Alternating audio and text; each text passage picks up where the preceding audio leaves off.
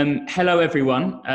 My name is Will. Lovely to meet you all. I would love to have been there in person, but unfortunately, there are a huge number of things going on in London at the moment with my day job, which I'll tell you more about in a second.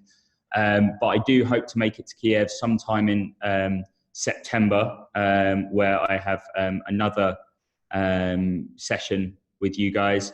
And also, I want to be there for the demo day of the program because it's really exciting. And I've heard lots of good things about the quality of startups on the program. So in terms of what we're going to what I'm going to talk to you about today, I'm going to give you a little bit of background about who I am and what I do at the moment, in order to sort of bring you on to why I believe mission-led business is really important and what a mission is. I will just take it from first principles, and then I'll just give you a few examples of what mission-led businesses are and why it's important. And then finally, I'm just going to give you a bit of insight into investment. I see a hell of a lot of pitch decks this week alone. It's Wednesday, and I've probably seen about 15 pitch decks so far. So it's generally about 5 a day. Of which about 1 a day is one that we actually have to think about. So I can give you a little bit of idea of how to break through and get investor attention. And then finally, any questions you want to ask, we have a session for it. But it really helped me, and it really helped make this session a hell of a lot less one way if you guys want to get involved. So please ask questions. Otherwise, we'll all fall asleep, and and I won't know whether what I'm saying is useful. So brilliant. Okay, so about Zack. So my name's Will. My background is entrepreneurship. I started my first business in 2007. I was putting on club nights, and we started making money, and we didn't know what to do with the money. So we decided to put on workshops for refugee children in the town that I was living in the UK. And the whole idea was that we would pay the artists, and it would help the refugees sort of culturally adapt to the UK, and it'd be this very beautiful thing. And it worked really well. But the more entrepreneurial people amongst you will probably ask the question, how did we actually make enough money to sustain ourselves? And the answer is we didn't, so it fell apart. And so I've spent the last, I'd say 13 years learning how to start businesses, run businesses, etc. Along the way, I worked for a bank during the financial crisis. So I was turning around underperforming businesses that were collapsing all over the place. I ran an investment fund where I was an investment associate for a fund that was investing in social enterprises and impactful businesses. I ran an adoption charity for a year, and that was helping steer it through financial distress. I then went on to run a business that was creating communities of entrepreneurs and creating incubation programs and startup programs. So we had this huge network of startups. And that's when I had my eureka moment that all of this work I had been doing, trying to get things off the ground and to start businesses and grow businesses, etc., was what was known as entrepreneurship, and that actually there's a whole doctrine or lesson around what startup thinking is. So all of these things that I had been doing, some right and some wrong, kind of all made sense when I started working with startups. And then I went from there to start my own business in a chateau in Burgundy, turning it into a startup workspace. And then after launching that, I started doing some work. I started a consulting business, helping governments engage entrepreneurs and create opportunities for people who would like to be entrepreneurs. And in November last year, I was supported by USA to go out and look at the startup ecosystem in Ukraine. And I met Chuck whilst I was out there, and together we came up with some recommendations and some ideas, and that led to the EO incubator. Although I'd love to take credit for it, it was Chuck's idea from the outset, but it was really nice to be able to play a very small part in Chuck's realization of making that incubator happen. But my current job is probably most relevant to you. I am venture director at Zack. So a little bit about the background of Zack. In the UK, we have a big ad agency called BBH, and they are amazing. I'm slightly biased because I technically work for them now. But back in the day, a lot of the world's most iconic brands were about breaking through and championing the difference. And this sort of thinking came from BBH. They were always creating ways to help businesses stand out by being different.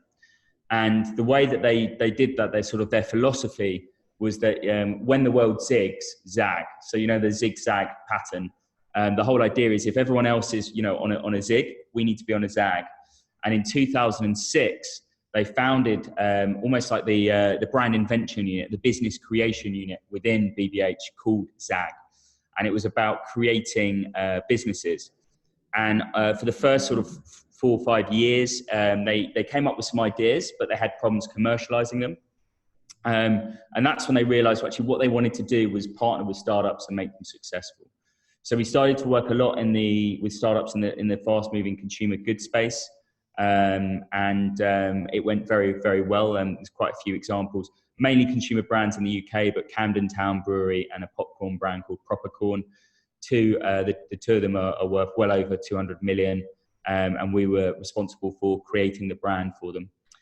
And then in 2017, something really revolutionary happened. We created our own investment fund. No one was really doing it in the way that we were doing it, but now we actually have our own cash fund, and I am responsible for delivering that fund. So why do we exist? Growth. We help startups grow. So with the investments that we partner with, they double in size every year. So in the first 3 years, we've seen 800% growth. One of our startups called Ladder is a growth marketing agency that has its own proprietary tech. And we created that with the founders, and now it's doing 2 million plus in monthly revenues. One of our startups, Sensat, recently landed a Series A round with an 8 million investment from Tencent.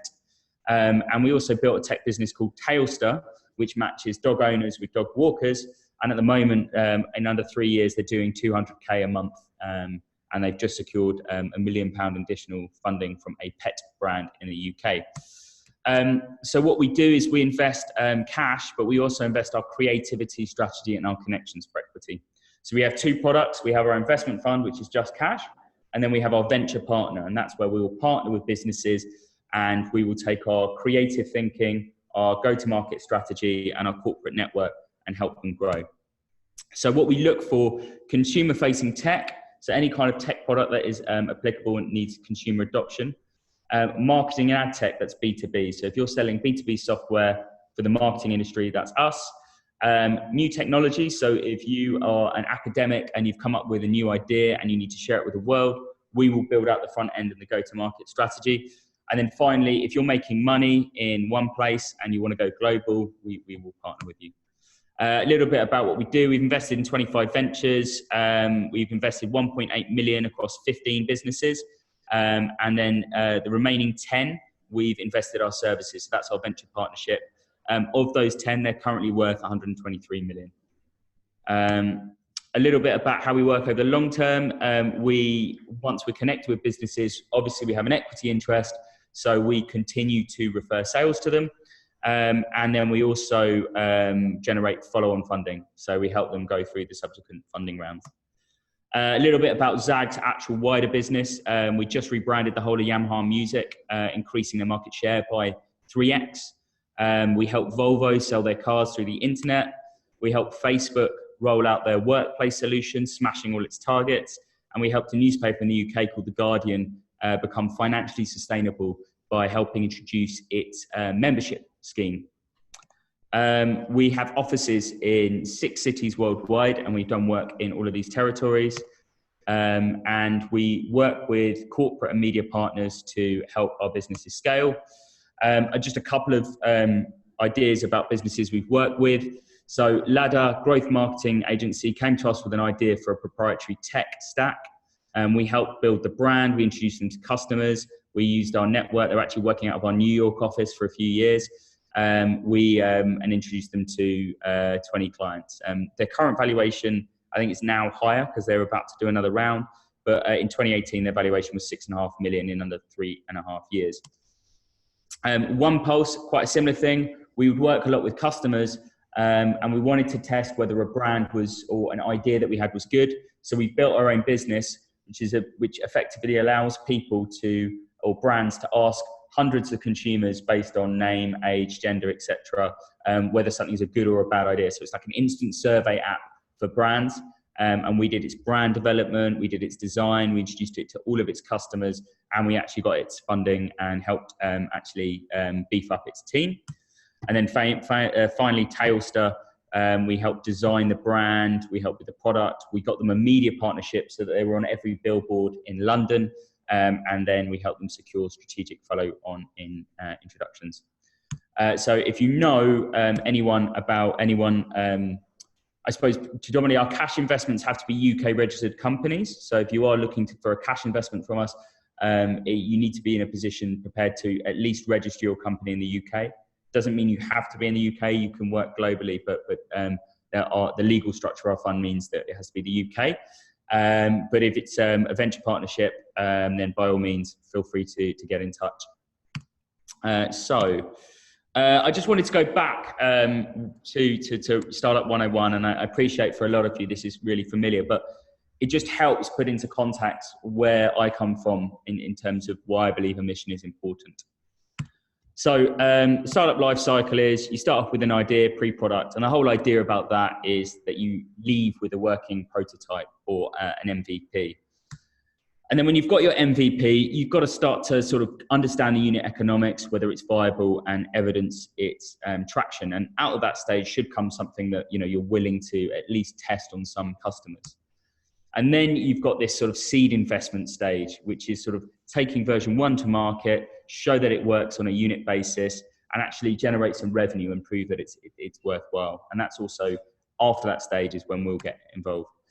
And then once you've got it to market, you want to scale it up. So that's about follow-on funding. And that's to show that the unit economics you showed at seed stage get better over time, and you can sustain them as the business grows.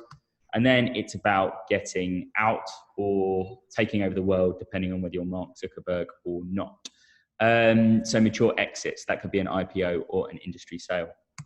And one of the things that I come across with a lot of startups is, I suppose, a really beautiful moment where Warren Buffett and Bill Gates were on stage, and the moderator sort of asked them the question, what is the single most ingredient, most important ingredient in your success? And they both, without hesitation, just turned around at exactly the same time and just went, focus.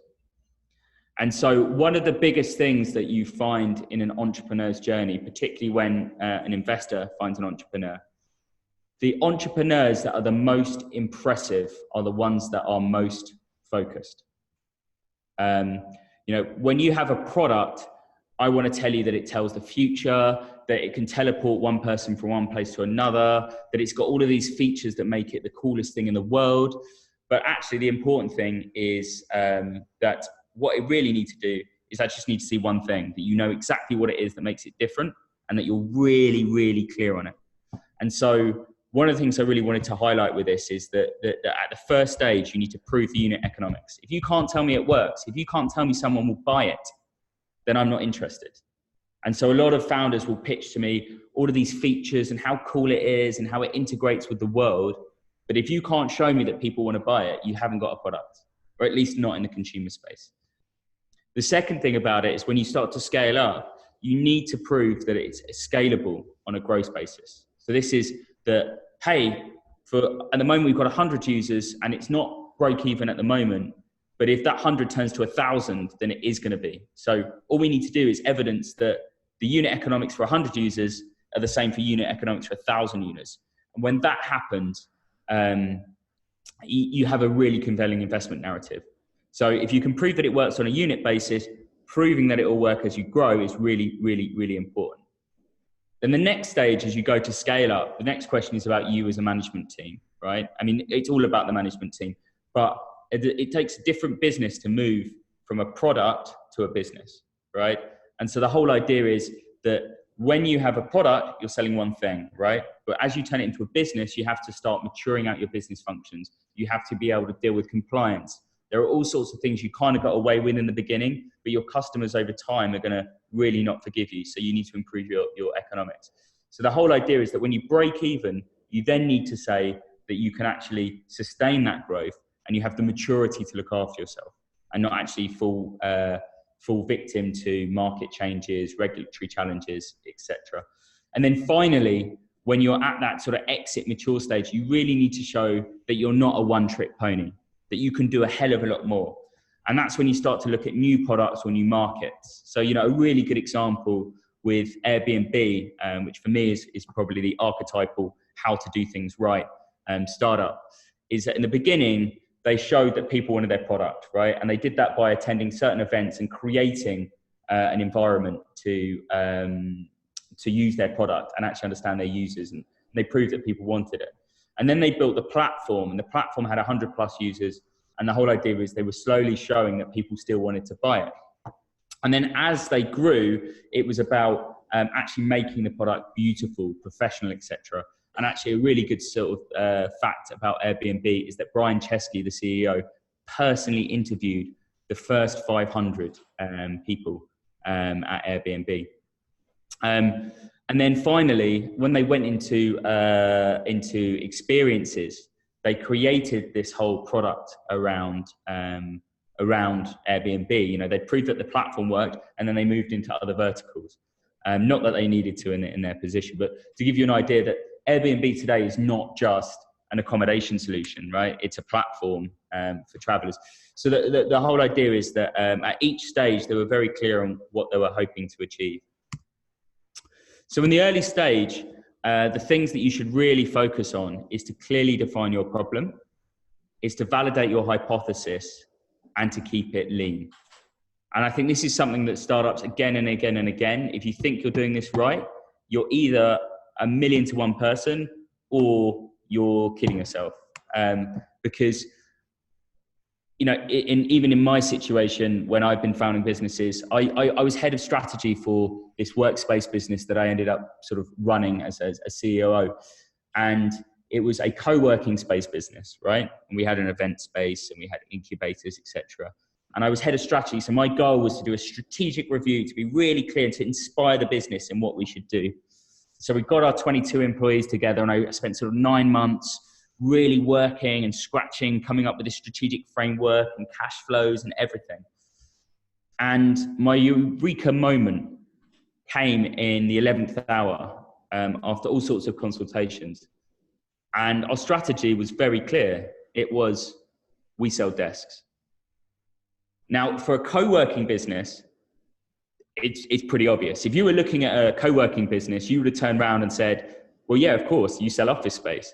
But because we were running the co-working business, we're like, okay, are we going to do programs over here? Are we going to do consulting over here? And we're going to build a living space here. And we're going to do these cool events. And we were getting so distracted by all these externalities that it took so long just to really drill it down and just say, we sell desks. So everything else we build on top needs to feed into that objective. So when you're focusing in the early stages, it's really important that you have a very clear objective. The second thing is that you really need to listen to your customers. And it sounds ridiculous, but I have had so many businesses where I don't listen to my customers, and it's really hard to listen. Most entrepreneurs are a certain personality type, and that personality type is about doing what they think and not what other people think. So if you can have empathy during this stage, it's really, really important.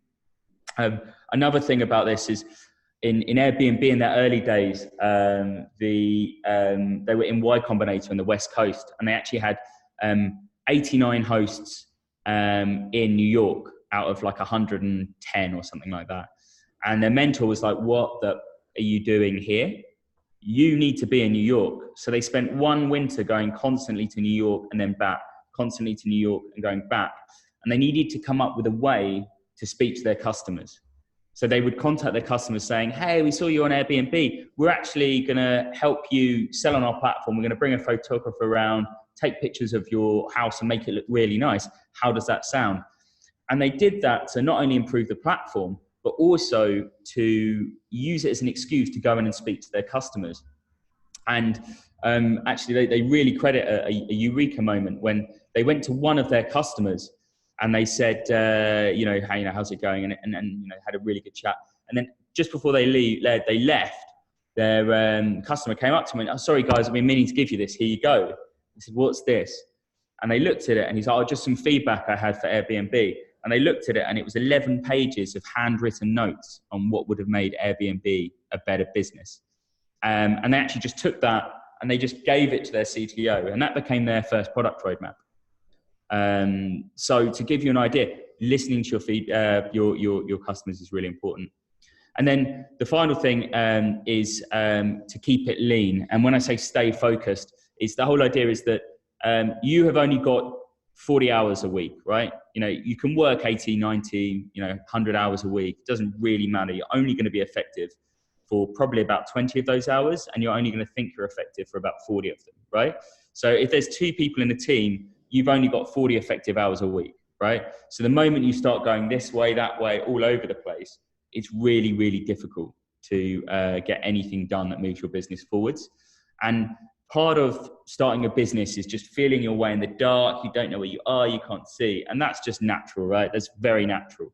But once you've got an inkling about what you want to do, find out what you want to do, drive it forwards and focus on it.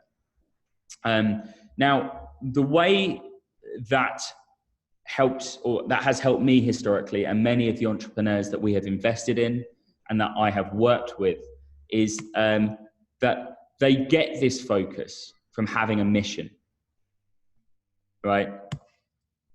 So I'm a bit of a philosophy geek. There's a guy called Seneca. He was a Stoic philosopher, and he very famously said, if you don't know to which port you're sailing, you do not know which wind is favorable. And the key thing about this is that I know so many people who start off on this journey without a clear end in sight. So there are many ways to solve a problem, but a mission gives direction. And I think that's the key thing, that if you have a cornerstone, if you have something inside you that tells you where you're going, you're able to anchor with your direction. So a really good example of somebody who said it really, really nicely was Jeff Bezos. He basically said, we're stubborn on vision, but we're flexible in the details and we don't give up. And so you can see that with Amazon because, if I'm being really honest, the user interface of Amazon is pretty bad. But it doesn't really matter because it's functional and they keep on iterating and it gets better and better and better. So if you're really passionate about where you're going and your business is here, you can go like this on the way, but as you're gradually heading towards hitting that objective. So in order to define a mission, I think we've got to be really clear. It is your why, your raison d'etre. What is it why do you exist, right? And I don't mean why do you personally exist because you have a personal mission. It's why do your business exist, right? So a really good business thinker is a guy called Simon Sinek, and it'd be really worth writing down his name. He did a TED talk called Start With Why, and he just talked about the role of why in a business. And so for me, whether it's a why, whether it's social impact, commercial impact, or whatever it is, you've got to be really clear on why your business exists, right? So just to re-hammer the point, startups have very little cash or resource, right? To win is quite difficult, so you need to be persistent. And persistence comes from passion, right? So you've got to care about your problem or love it, because when the going gets tough, you really, really, really are not going to want to stick around if it's not something you really love and care about. So, so what we really love about missions, or what I really love missions, is it's a clear common goal for your business and its stakeholders, right? Contrary to what the world might seem, people want other people to be successful, right? And the moment I say, hey, you know what? I'm going to solve this problem because I really care about it, right? So I don't know.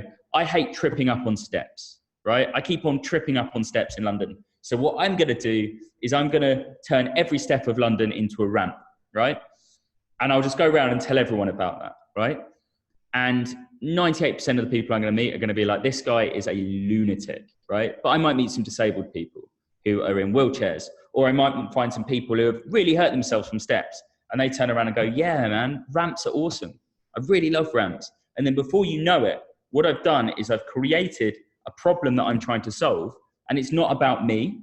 It's not about me. It's not about making my life better or making me successful or making me rich or anything. You are helping me solve this problem that we both face. So what I do as an individual is I'm solving a problem, and what you do, whether you're an investor, a consumer who's buying my product, or just someone who really cares about the problem, you are helping me solve that problem.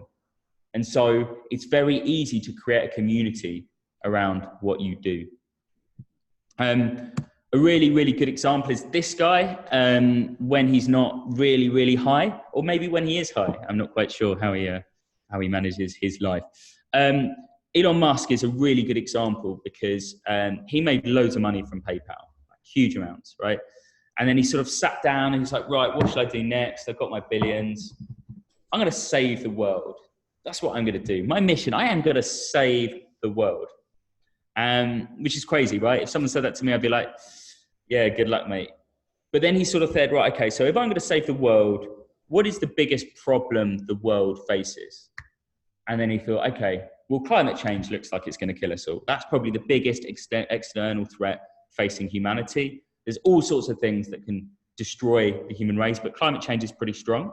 So then he said, okay, cool. Within that, what is the big thing that is really causing the most amount of emissions?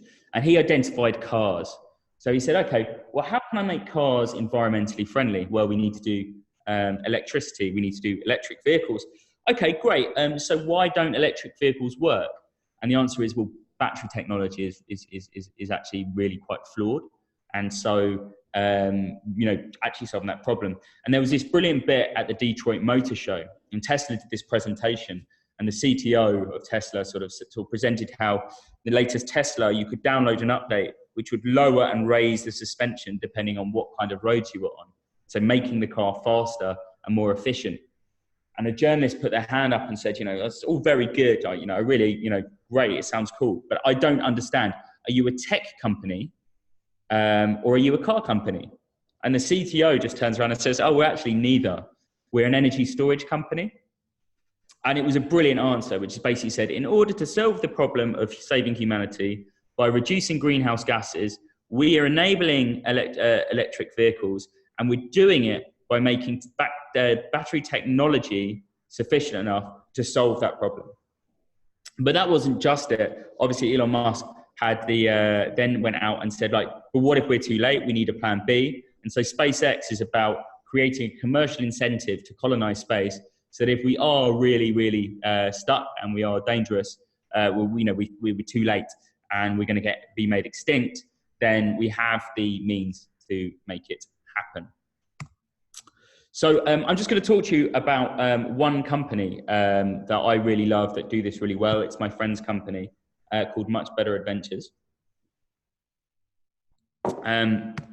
So this is what their website looks like today. And effectively what they do is they sell adventure holidays to people. And they do it so that you can easily access these venture holidays but without disrupting your work or the environment. And these are the two founders. So on the left is Alex and my friend Sam Bruce on the right. And basically they were doing a ski season in Chamonix, and they were hanging out, and they said, we really love adventure holidays. So we really need to, go on more adventures. But actually it's really tough because there aren't any. It's actually quite difficult to go on adventures. And at the time, the travel industry was hugely disruptive. Actually, if you book a holiday in the UK, 87% of the revenue of that holiday will be captured by the company that you book it through.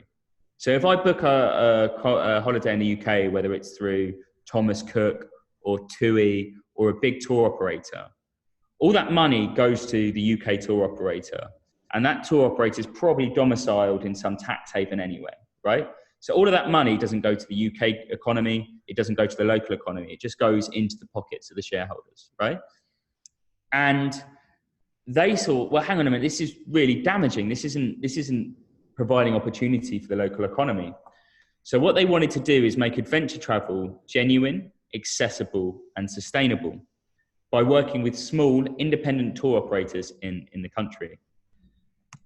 So they looked at the travel market. The travel market is the largest service industry on the planet. Every year, its value is 9.6 trillion.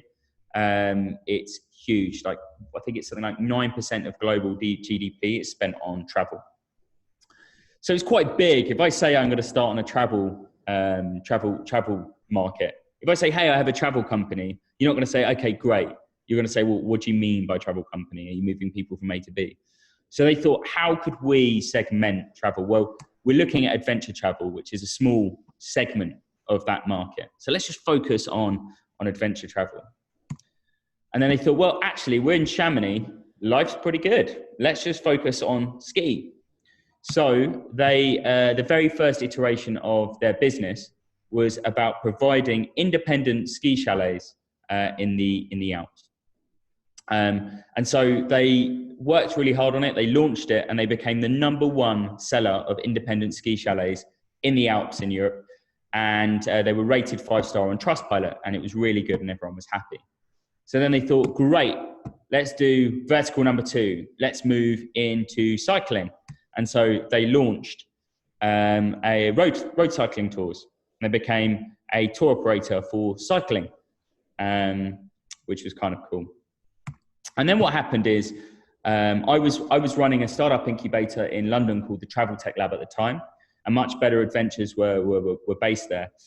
And Sam and I were invited to Oslo to do a talk at a travel conference. And so we were on the plane on the way, and I was speaking to him, and they just sort of launched this little concept, which was, a mini adventure in a weekend. And we were speaking, and he's basically, his language was, and I'll paraphrase because he's far more polite than this in real life. He's like, oh, dude, we set out to do this really cool adventure holiday business, and I'm selling ski holidays and cycling trips. Like, that's not cool. That's not what I set out to be. And so they went back to their mission and they said, look, are we making travel sustainable? Not really. Are we making adventure holiday accessible? You can go skiing. You don't need to do anything, right? Cycling, you don't need cycle tours, and there are cycle tours anyway. And is it an adventure? Is it different? No. So that's when they realized, actually, we're just going to pivot our business. And they moved to doing just adventures. So they started with what they called Much Better Weekends, which were weekend tours where you'd only take a couple of days off work and you'd fly to an airport and you could climb a mountain in Morocco, kayak the Norwegian fjords, whitewater raft in Albania. And all of these tours were designed so that you could have a really beautiful experience. And what they did is they partnered with local tour providers in each case. And they wouldn't do it on we'll take 60% of your revenue, which is what the big tour operators would do. They just basically said, we'll charge a booking fee to anyone who books a tour for our website. And they individually vetted everyone that they worked with. So the revenue flowed to local tour operators, and then they had a set of environmental standards that people had to adhere to. So if you go on their website today, muchbetteradventures.com, you can see their mission is still there. We started Much Better Adventures with a single-minded goal to protect the world's wild places one adventure at a time. We're going to build the world's most positive impact adventure company because our planet's under threat and we believe that adventure holds some of the keys. Currently, 5% of our revenues, so that's revenue, that's money that comes in, not profit, goes to conservation projects through donations and campaigning. And our business model is designed so the bigger we get, the more good things that happen. And so for me, that makes it a company I want to travel with. And actually, I do travel with them a lot, but it's not just me. So let's talk about the benefits of why that mattered for them. So first of all, they had some pretty shit times with no cash, right? And during that time, the whole team were aligned with them. They kept very focused. They know what they're going to do. and they kept really on mission. The second thing is that when things got tough, the team were working towards a common goal. It kept them aligned. And actually, with one of their founders, didn't really care as much about the mission. And he stepped back and he said, you know what, guys, I'm going to step back. And they were okay with that because they really loved the mission. And maybe he wasn't as connected with the mission as possible. The third thing is they built an ecosystem around them. So they attracted advisors, investors, and talented staff. They got amazing funding. They were able to get great opportunities. And the whole time they were able to attract really bright talent. Actually, still their organizational culture. If you work for Much Better Adventures, you're allowed unlimited holidays. You can work whenever you want. There are no working hours. You can work from anywhere in the world. It is a dream company. And the thing is, the problem they have is getting their employees to take holiday because their employees love working all the time. And that's because what they do is they keep them focused on goals, objectives, and outputs, not hours worked. The final thing is that they have their community around them, their customers. And in 2017, they asked their customers to help them raise cash. And they did a crowdfunding campaign asking for £750,000. And in under 8 weeks, they raised £125 million from their community in able to scale. So how did they define their mission? Let's talk about actually defining the mission that they're after. So when you're looking at a mission, remember it's not your personal mission, it is your organization's mission. So my reason for engaging with something might be different from someone else's mission that they're going for. There was a really good startup thinker in the UK who has a program called the Happy Startup School. And he once said to me when I was trying to work out what I do as a product, he said, listen, man, if you're the liquid in the bottle, you can't read the label. You really need someone else to help you form that mission. And so a really important thing for you to consider is that if you can find someone to moderate, whether it's an advisor, a mentor, or you just have a workshop session, but you have someone who is neutral who can come in and actually give everyone a chance to speak. Because the person who might know it best might also be quite quiet and might not be the most vocal. When defining a mission, you need to be as broad as you like. You can be, I'm going to save the world. Look at Elon Musk, right? But you need to have an achievable short-term goal, right? If I say to you, hey, I'm going to revolutionize finance, I'm going to be like, cool story, bro. Nice one. You go on with it. I'm not going to listen to them. But if someone says, I'm going to revolutionize finance by making it easy to move money from my bank account to a friend's account, I'm like, okay, cool. And then I can put back the challenge. Well, do you really think that's needed? Right? But I understand what you're trying to do. So the conversation has changed from what do you do to how do you do it? Immediately, I've gotten your why and you've already moved in and you've perked my interest. Like, what do you do different? What makes you think you can revolutionize finance? And immediately, you've just reeled me in with your mission. And then I suppose I'm just going to just do one more case study before we move on to the next section. And this is about one of my businesses that I actually founded. In 2016, I left, or 2017, I left the Trampery, the co-working business I was operating, to set up my own one. And I did it in this place. This is my house for 18 months. And this is Chateau de la Salle in France.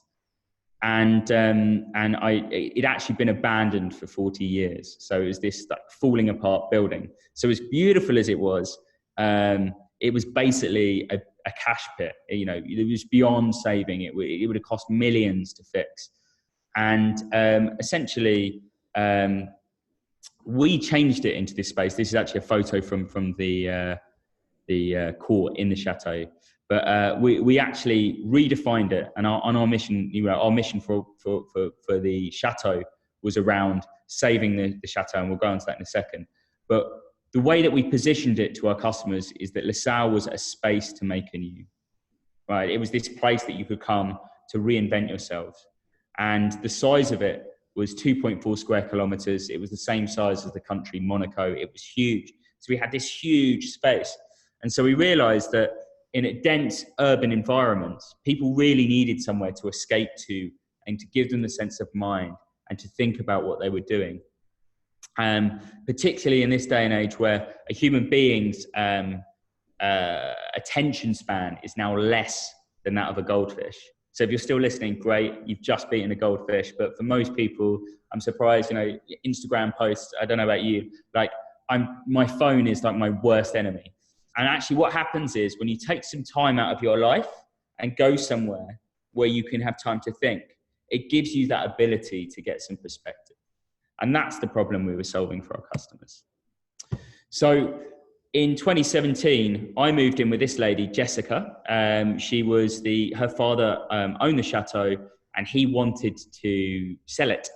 And she'd actually been out there on her own in 2016. And it was like a romantic comedy. She basically moved out there on her own, very brave after, living in London for so long.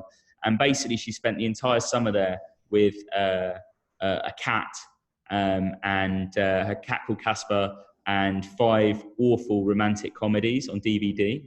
And she basically spent her days cleaning the chateau, repairing it and breathing air back into it. And during that time, it was hugely difficult for her because she'd gone from being very busy in London to having all of this space in Burgundy. She'd gone from being absolutely swamped to having, no one around, from being completely connected to be completely spacious.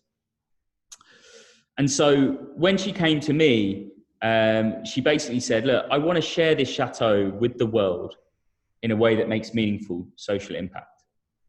And so my mission was to share the chateau with the world in a way that makes meaningful social impact.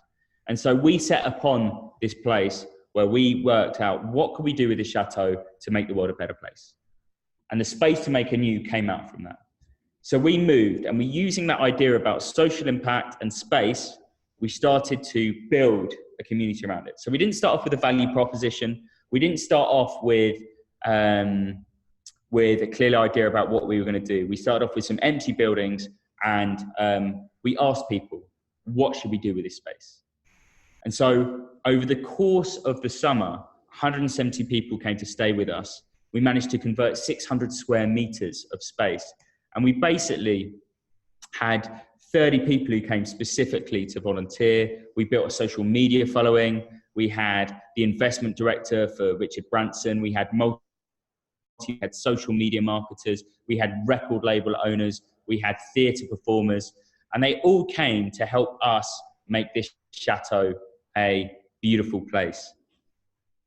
And so at the end of the summer, we had all of the materials and everything to actually take this to investors and say, look, we built this community and actually they want to stay with us.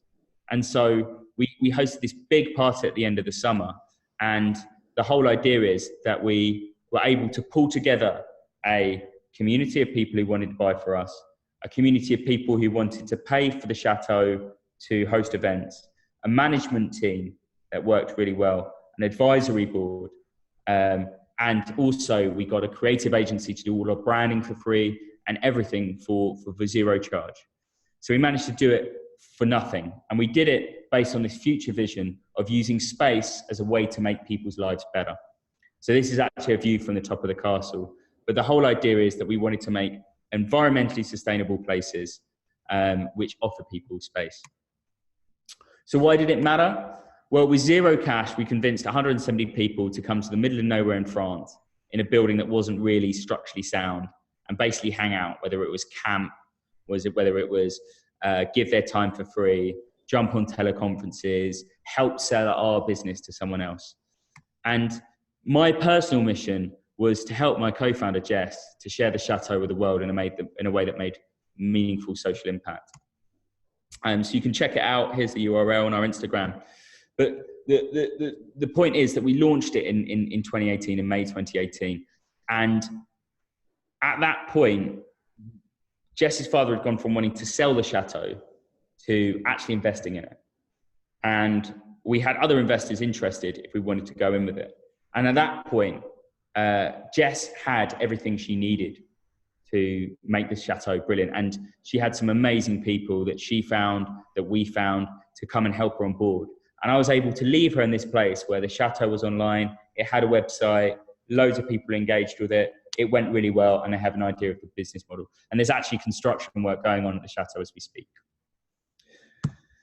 So yeah, I guess that's all I wanted to say about missions. But I kind of wanted to see how you guys, how good you were at recognizing missions, etc. So I want to ask you some questions. So if you could do us a favor and go to, if you've got a mobile phone or a device, and if you could just go to the URL kahoot.it, if you could grab your phones, that'd be really, really good. Because I have a little test for you guys, and I'd love to see how well you get on. So 1 second. So if you go to kahoot.it, it'll ask you for a game pin. And if you could just type in this pin, there's everything to play for. So whoever wins this quiz, it's going to be 5 questions. There are going to be multiple answers. So there are going to be 4 answers per question. And the quicker you answer the question, the more points you get. And the winner, next time I'm in Kiev in September, or if you're in London, I'd love to catch up and take you out for lunch or dinner or a coffee, depending on what you prefer. Yeah, and I'd love to just learn more about you, and dinner will be on me. So there is everything to play for. There are some incredible restaurants in Kiev. Cool. Brilliant. We've got 10 people so far.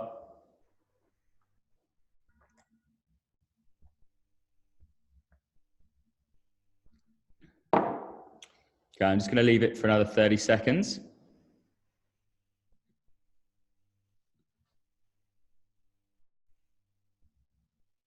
Cool. All right. Brilliant. Nice one, guys. Oh, no, nice one, Igor. Well done for getting it at the back. Brilliant. So let's get going. Oh, I've got one more. Well done, Alina. So first question, what is Google's mission?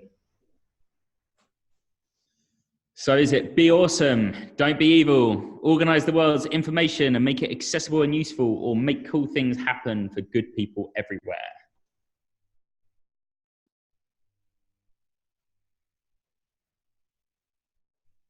Okay, we've got 8 answers, so 4 more answers to come. Oh. There is usually some cheesy music that goes with this, but it's so deafeningly loud. Brilliant. Yes, it was. It was organize the world's information and make it accessible and useful.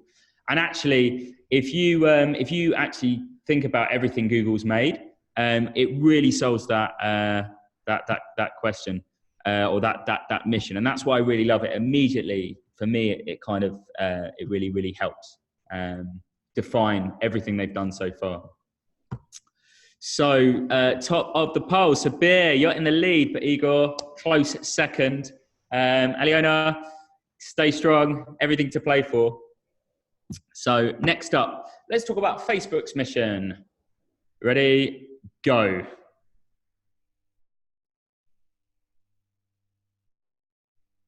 Personally, I believe it's sell lots of adverts, but I don't think that's the right answer.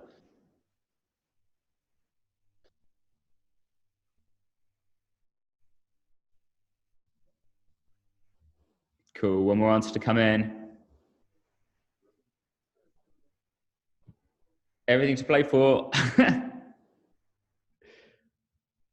Perfect. Okay, yeah, it's to create meaningful communities. Now, I think the interesting thing about Facebook is this is a new mission after they were clearly responsible for rigging elections and basically making the world a lot worse with fake news, etc. And the reason I sort of say this is that they spent ages and they wanted to create things, and they kind of retro-engineered a mission into them. So create meaningful communities is an aspiration. It's not really a mission. So whereas Google started saying, look, this is what we're going to do. We're going to organize the world's information. Facebook had just said, we need a mission because we don't have one. And before they were very product centric. So they used to say, move fast and break things. And it was about building the best product quickly. But actually, as the product got so good, they started struggling as an organization facing existential crises. So I don't think they intentionally caused loads of problems with their platform. But what they did do is they didn't act with a maturity. They didn't have that keystone. They didn't have that guiding star through their mission, which meant that when they get to the level that they are now, they can't really defend themselves. And so create meaningful communities was like their reaction to solving that problem. Okay, let's see the scoreboard. Sabir is killing it at the top. But, you know, Igor as well. In fact, it's top three. Okay, nice one, Sabir and Igor. Aliona, come on, you can pull it back. I'm going to try and pronounce Zineld in Samanco. You've still everything to play for, so we're still doing good. Next up, kill Kodak. Who said that? What was the mission? Who was the company? Was it Fuji, Canon, Instagram, or Sony?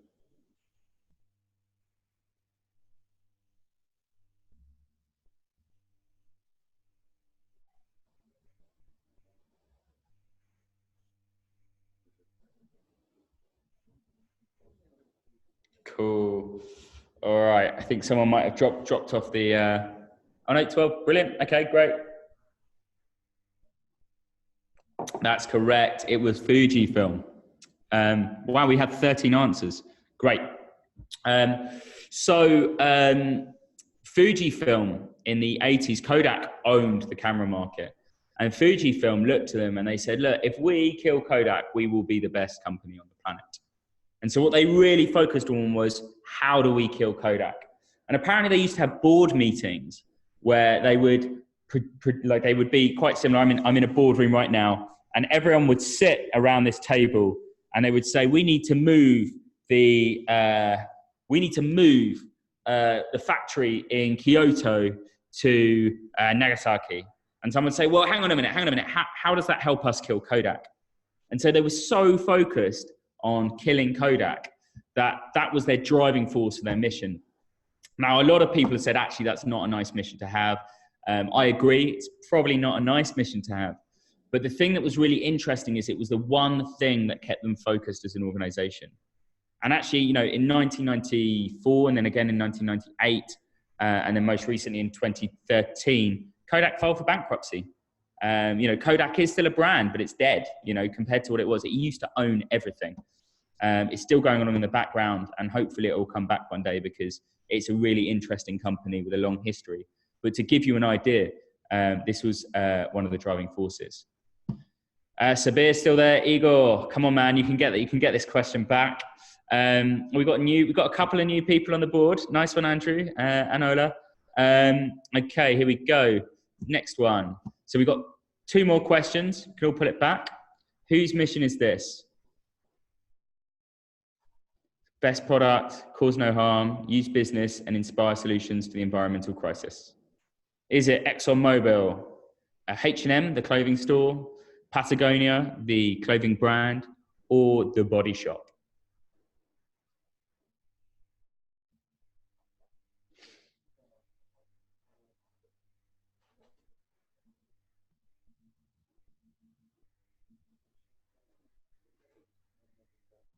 Boom. Okay. Wow. Only one person got it right. Yes, it was Patagonia. Patagonia were formed around a philosophy, and they were all climbers and surfers, and they wanted to make outdoor wear that was good for them, but that didn't damage the environments in which they were operating. So they wanted durable clothing that would last forever. And so the whole idea is that they were looking for things they could do. And Patagonia are very much archetypal. They're, you know, if you say mission-led business, they're one that everyone generally quotes. Let's find out who got it right. Sabir's still at the top, but Big Bad Boris is on the leaderboard. So well done. I'm assuming that it was you that got that right. Okay, brilliant. So final question. Let's do it back. A computer on every desk in every home. Who was that?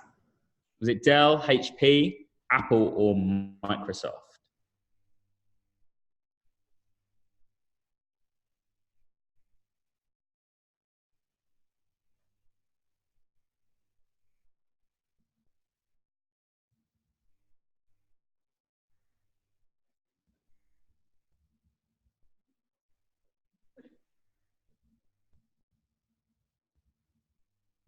Cool. Yes, it was indeed.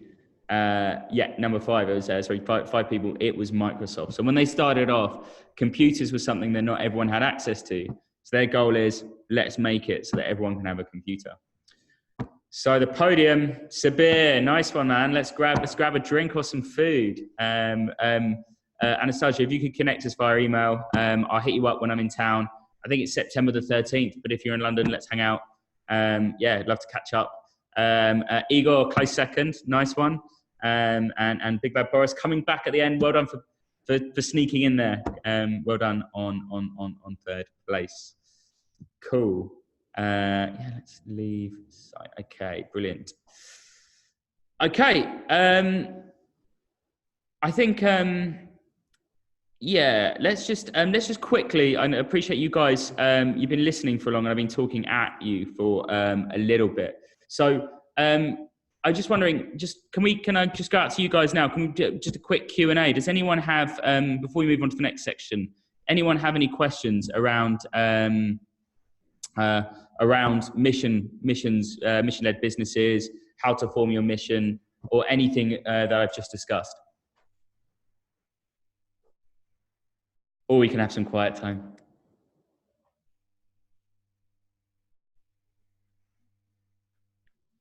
Cool. All right. So, okay, I'm guessing that was either incredibly comprehensive or more realistically, you guys don't have any questions at the moment. Okay, brilliant. So I'm just going to do a quick 15-minute slot on how we get invested in. But very briefly, I need to go grab some more water. So can we just have a quick 3-minute break? And I'll be back in 3 minutes, and then I'll continue the lecture. Cool. Cheers.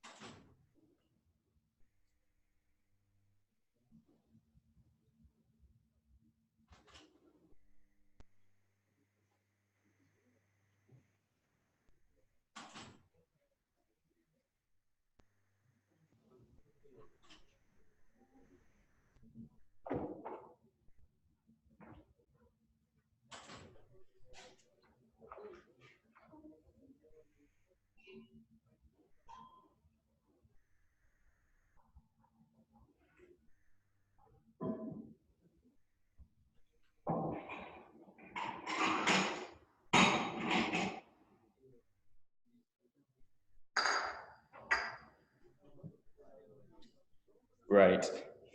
Oh, dear. Sorry, just being incredibly British, but if we don't have tea in the afternoon, people doubt that we're actually living in London. I'll just give a few more seconds for the rest guys, the other guys to come back.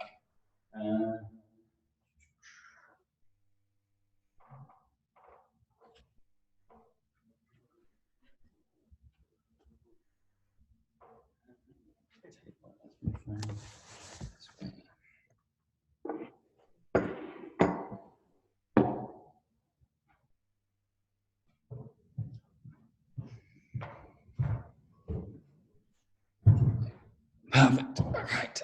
Brilliant. Cool. Anastasia, are we still waiting for people? Or yeah, we've got a few more people coming back. Yeah, well, we still have some people waiting for, but just a couple of questions. If you can clarify a little bit the difference between mission and slogan. Yeah. Okay. Cool. Yeah, there are a lot of discussion between when we start the business that we are changing within the pitch the business model, and we can start from the cash flow from one business model and moving to other. Of course, the mission is the purpose one, and the slogan more about the principles how we do the business. Or you can recommend something else, and how to start really from the top to not really change the mission within the time. Yeah. So, I mean, missions can evolve, right? So the first thing is they can change. That's the first thing. But generally, the mission is internal. It's for you, right? It's not for anyone else, right? So if I'm sitting down with my co-founder, I might ask the question, what do we care about? What is it that we can do that no one else is doing? And I think that's a really, really important difference. Sometimes when companies have pitch decks and they say, we're on a mission to change the world doing this, right? As an investor, I don't like seeing that sometimes. Sometimes I'm like, I get that you care about that, but I care about return on investment because I'm an investor, right? I'm slightly more ethical in my investment, so sometimes I do care about it. But the point of the matter is, the mission is not for anyone else other than you, right? But the whole idea is that when you're really focused. Now, you might choose to share your motivations. So like when I'm working with a founder, one of the things that I look for is what is the connection between the founder and the problem they're trying to solve. So I might say, why do you care? You know, why? Why are you doing this? Like, you know, why does the world need another electric car? You know, BMW do it, right?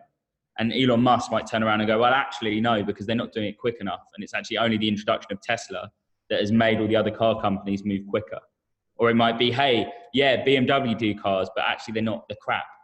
And that's why we invented Tesla, because consumers weren't choosing it. So the point around a mission is, it is internal, right? It is for you, it's your motivations. I'm not starting a business so that you will like me. I'm starting a business because I want to solve a problem, right? And I'm solving a problem, and I'm solving that problem for you, and I'm charging you money for it. And that's how I make money, right? Whereas a company slogan, you have many different ones, but a company slogan for a business that is taking a product to market, that's marketing, right? So the building message for go-to-market strategy, something like that. Yeah. So the whole idea is that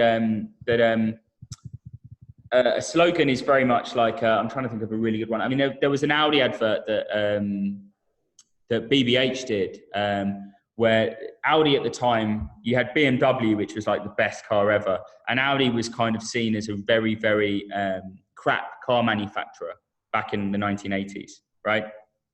And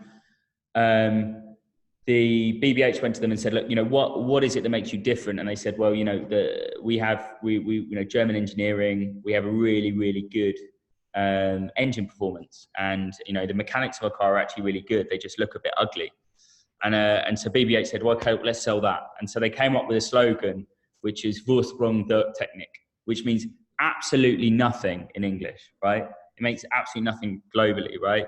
But in Germany, it was all about like technical excellence, right?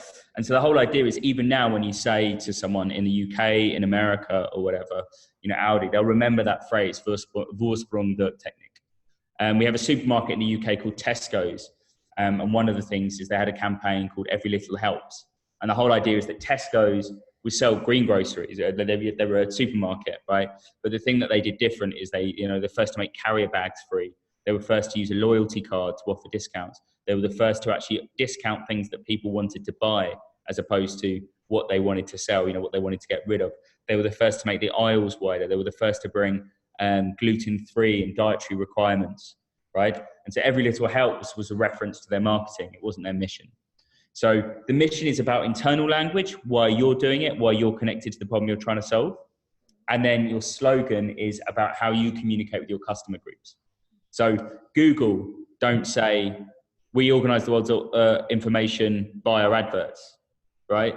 They actually say we organize the world's information, and the way that we monetize that is by selling adverts to people who benefit from that, right? So your commercial model and your mission, they could be mixed, they could be, rarely are they opposing, or they could be aligned. So there are different ways of looking at it.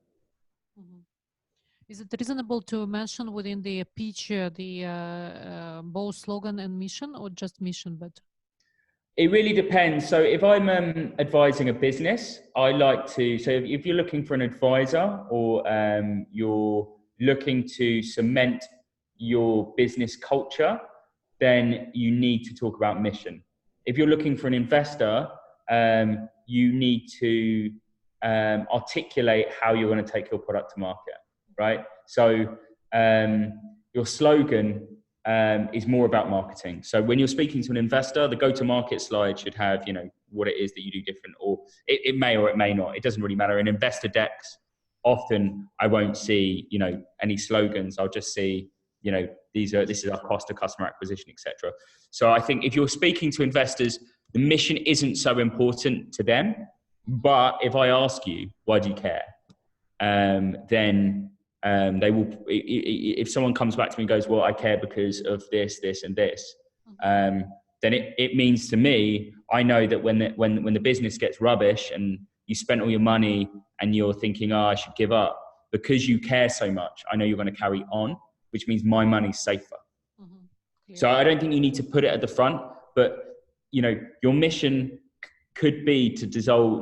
When you have a pitch deck, you really need to talk about the problem you're solving. Mm-hmm. So if the mission is the problem you're solving, then obviously it's good to put your mission in there. But if your mission is a slight change in that, then just as long as you're clear about the problem you're solving, that's really important. Yeah, like in another way, if you do the proper competitive analysis, so you have a great mission, and then it's reason to believe in your startup. So it seems. Well, I would actually say the opposite. Because competitive analysis, if my business is based by looking at the competitors and doing something different, right? That's good. Don't get me wrong. That's competitive business strategy, and that's fine, and that's really good business practice, right? But it also means that my motivation for doing this business is because everyone else is doing it in this way, and I want to do it in this way. Mm-hmm. So that's a type of what we call extrinsic motivation. So my motivation for doing it comes from other people. I notice a difference, right? Whereas if I care about a problem, right, and I want to solve it with a business, that's what we call intrinsic motivation. It's motivation within. It's what gets me up in the morning, right? So when you start looking at competitors, you're comparing yourself to others, and that's really shit, right? Because you should know why you're different, but don't put that, don't let that put you off. I remember there was listening to a talk with the founder of Instagram, and when he started Instagram, social media had blown up. Everyone was like, social media's done, right? And actually photography's for geeks. So why would combining social media and photography work? That's bullshit, right? And the thing is, he really cared about social media. He was a massive social media geek, and he loved photography. So his motivation, if he'd have gone to the market and said, here are my competitors, Facebook, Twitter, Snapchat, everyone would have turned around and said, well, actually, we're not going to invest in you. But because his motivation was inside, he believed in his product, he believed in the problem he was trying to solve. When he got to the competitor set, his objective was different from everyone else's. So that's why missions are important, because I'm not comparing my business to other people. I'm comparing the business for my personal motivations, right? And if that's it, you'll outlast your competition and you'll win. I think that's the first thing to say. Great, Will. It's like Yeah. a passion in business is very, very big score. Yeah. I mean, my biggest bit of advice when I mentor really early startups, which I don't do so much anymore, but when I do really early, like idea stage startups, one of the first things I ask them to do is build a website. And the reason is the founding teams are never on the same page. They think they're on the same page, but they're never on the same page, right?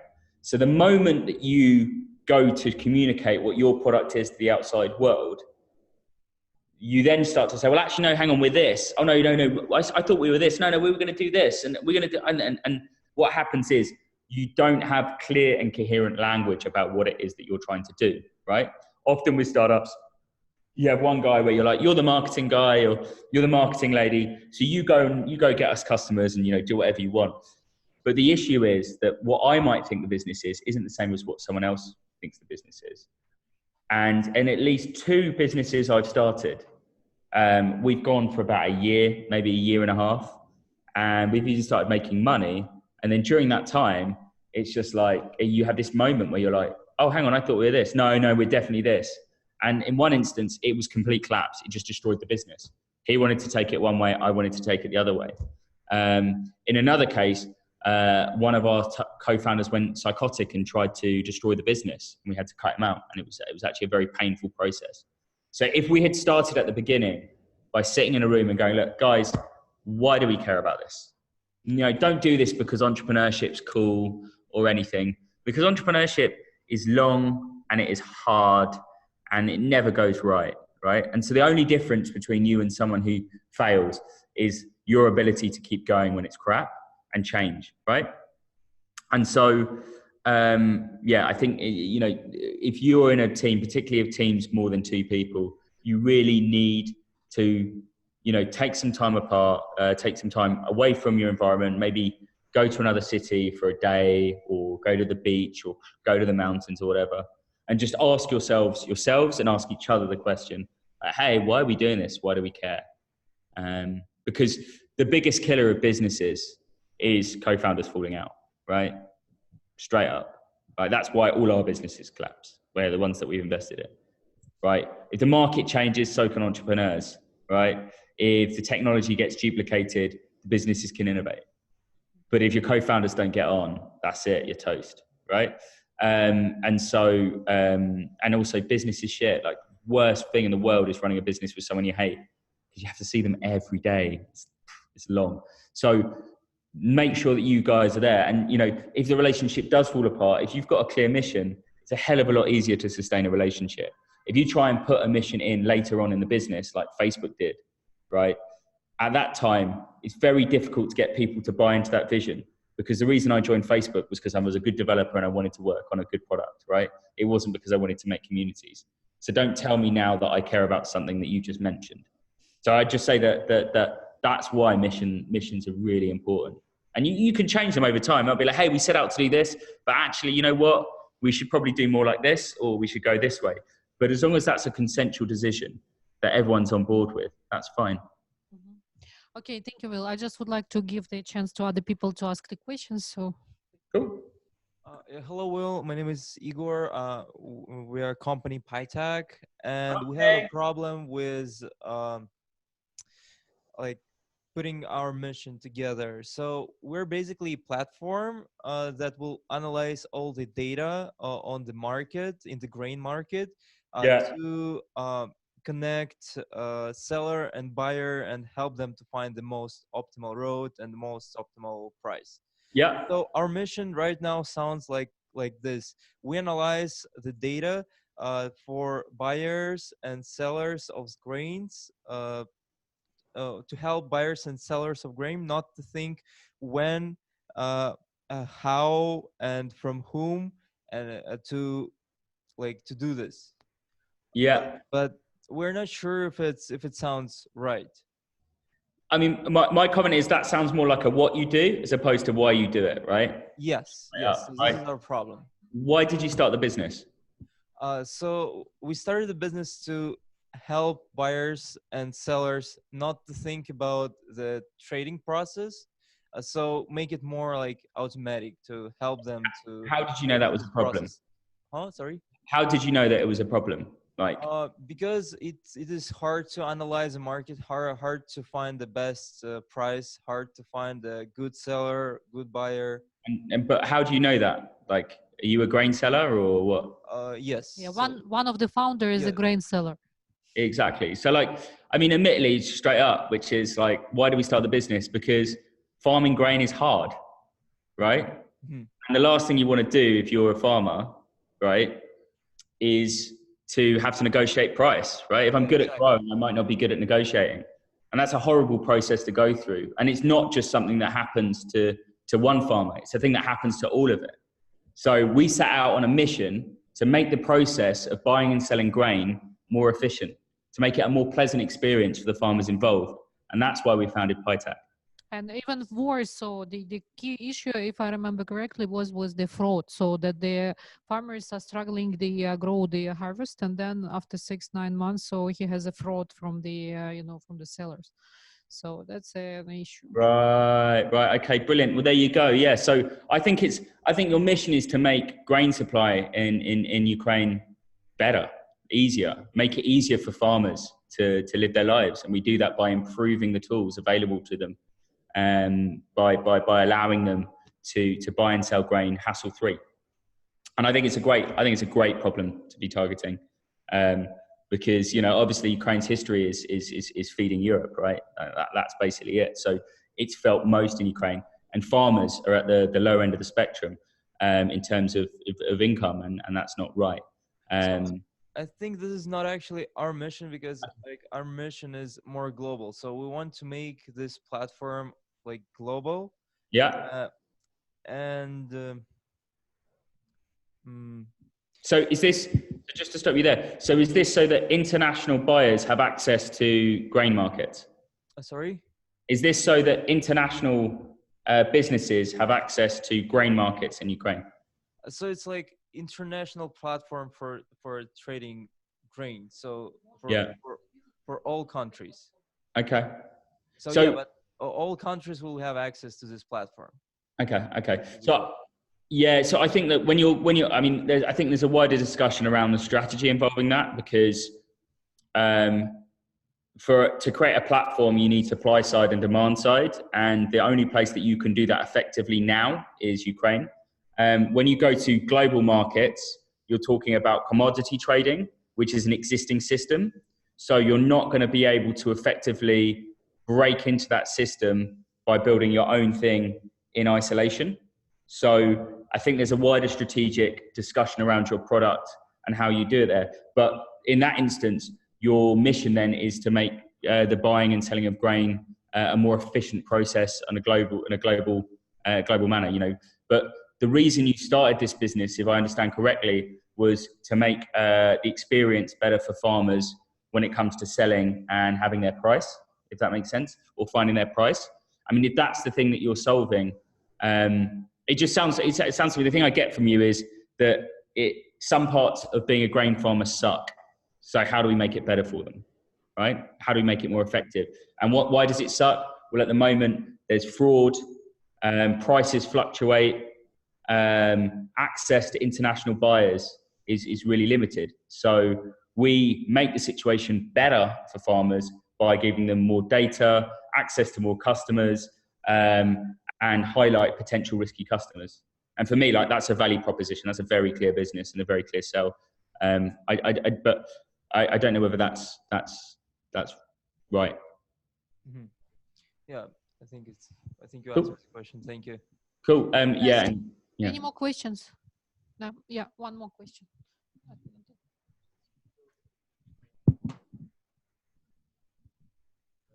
Hi there. Just a theoretical question. If you had $1 billion to invest today for the next 10 years, and you had to allocate them to only one company, Facebook, Google, or Tesla, which one would it be, and why?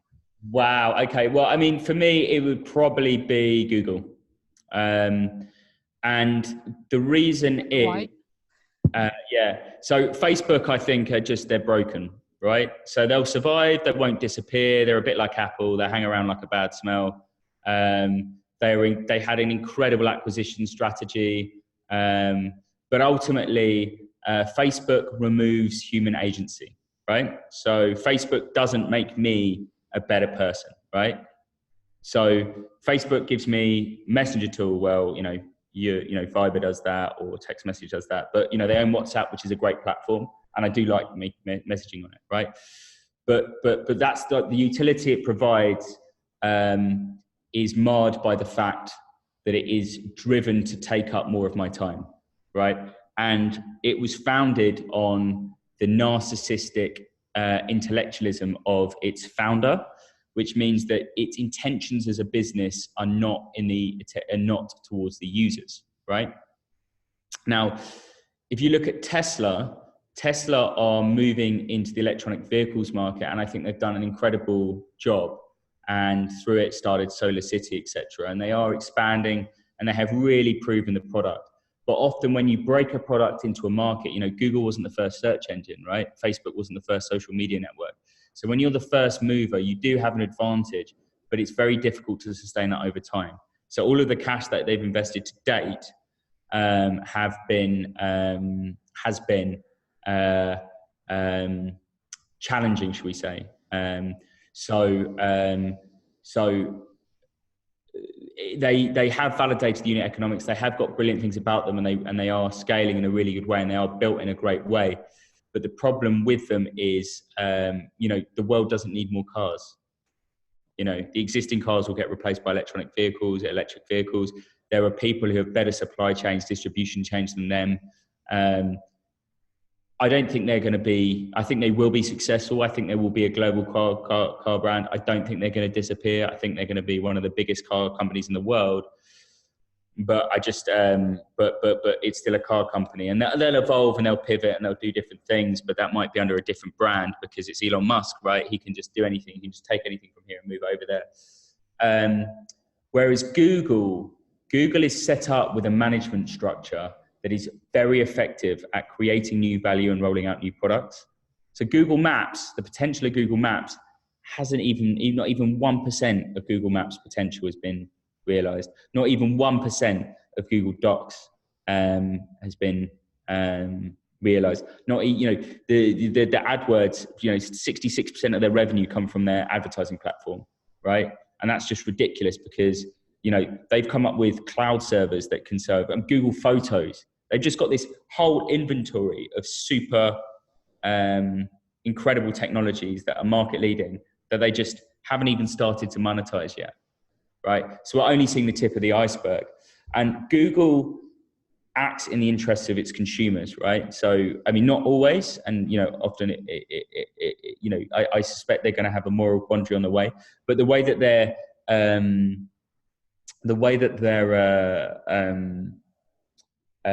you know, their employees had that rebellion recently, or that revolt around the ethical aspects of it, and they listen to their employees.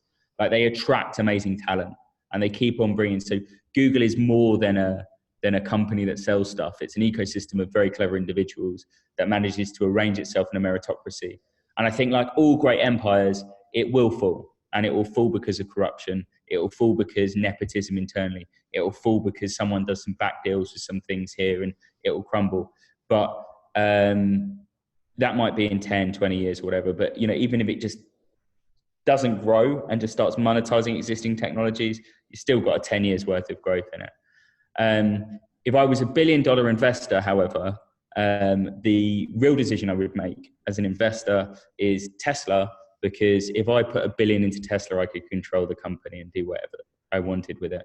So if you're asking on an ethical principle basis, which is going to be the biggest investment, obviously Google, but $1 billion to Tesla is a controlling stake, or at least a large portion of it. So my ability to control the business and help it serve my own means as a hedge fund is a lot bigger with Tesla because of its market cap versus Google. But yeah, Google is the one I'm most bullish on. Okay, thank you. Any questions more? No? Okay, so we don't have more questions. So great. Go forward. All right, brilliant. So I just thought, like, we're really brief, and then let's keep it a Q&A. over this after. But this one is about how to get invested in. I'm just going to talk to you about some do's and don'ts, right?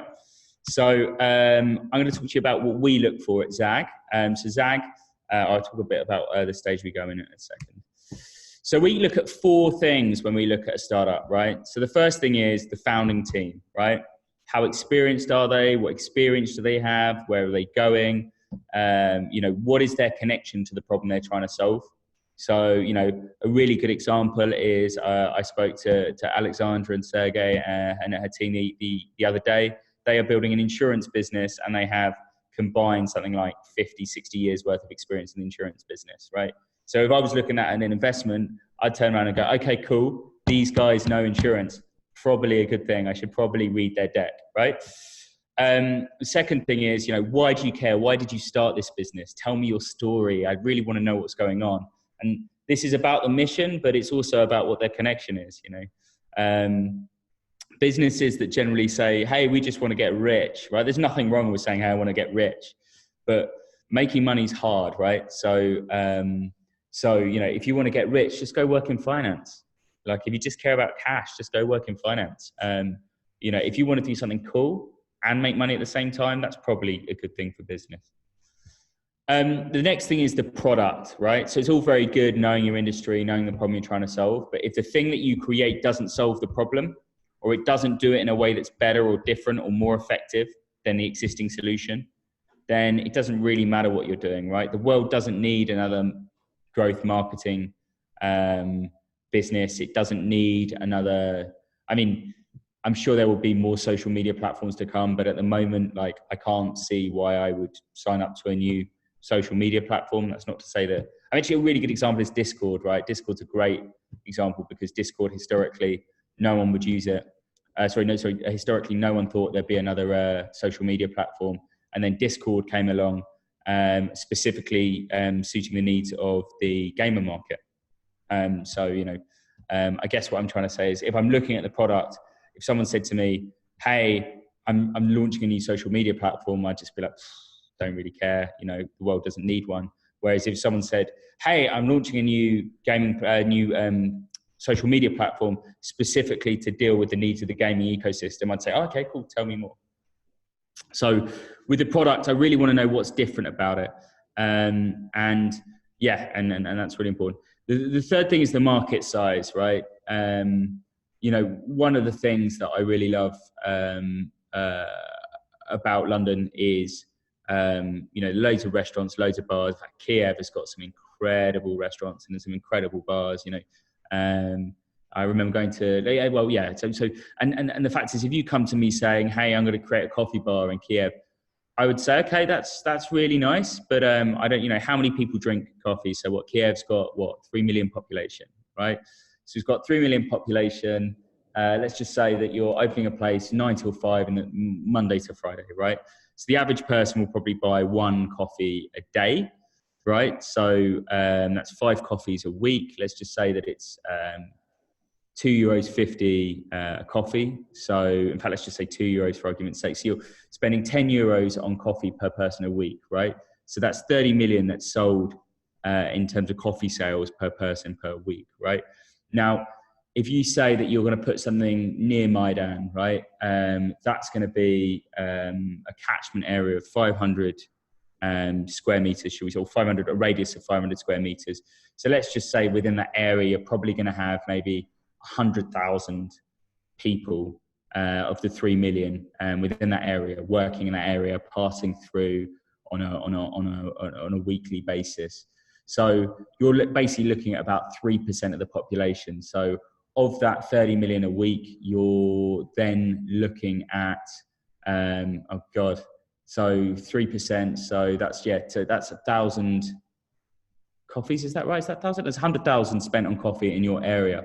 So now if you're spending £100,000 a week on coffee in that area, you're probably looking at maybe 10 or 20 people operating stores in that market.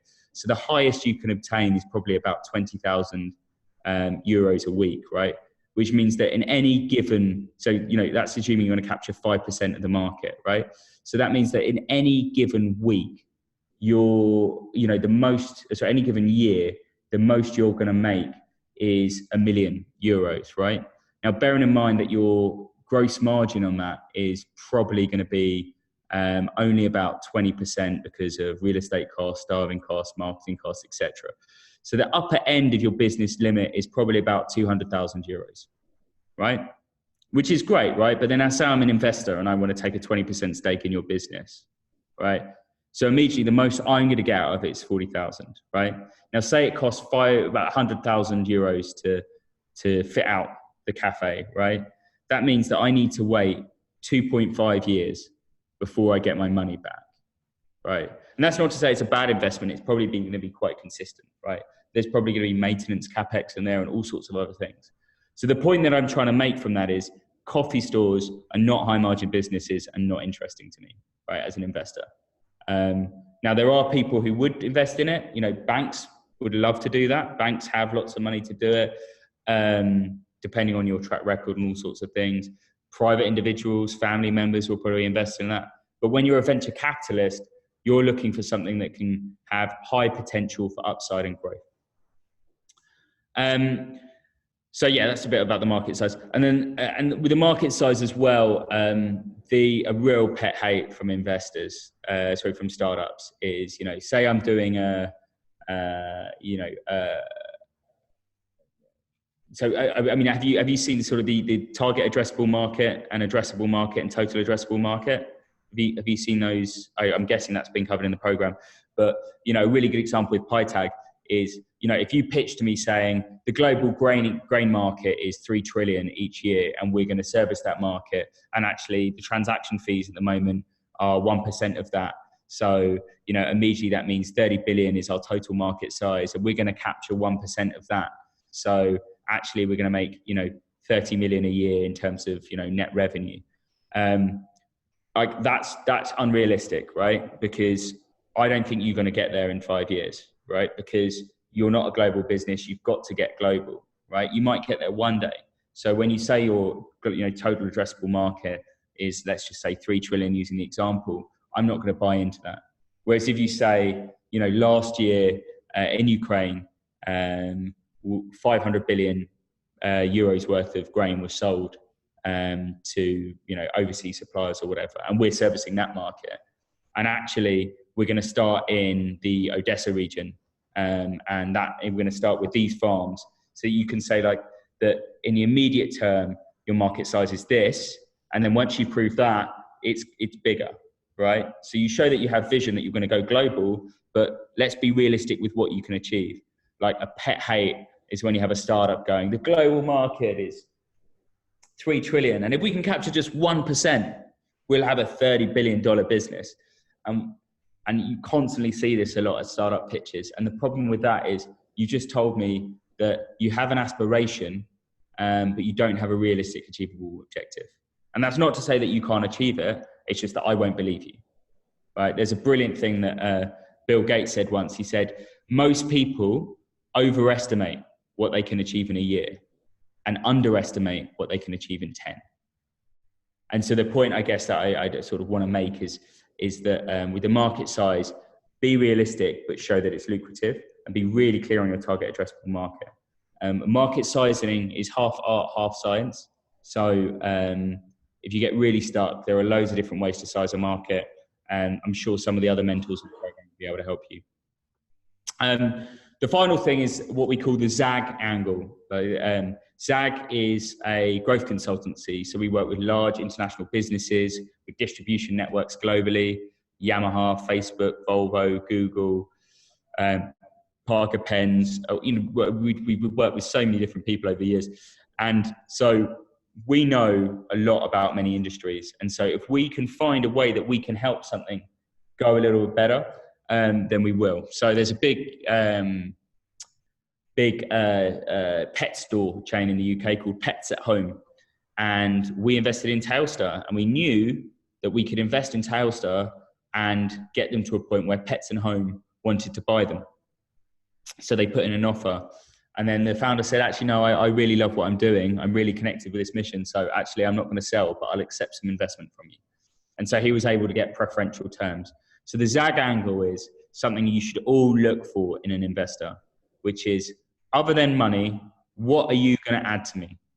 Right? Because if I have 2 investment offers, right, one for 100,000, one for 150, right, but one of them comes from one of the biggest grain exchanges in the world, and the other one comes from John Doe in Hemel Hempstead, right? This 100,000 is worth way more than this one, right? Because this is expertise. As soon as someone has a percentage of your business, they have what we call skin in the game. They have a vested incentive to help you out.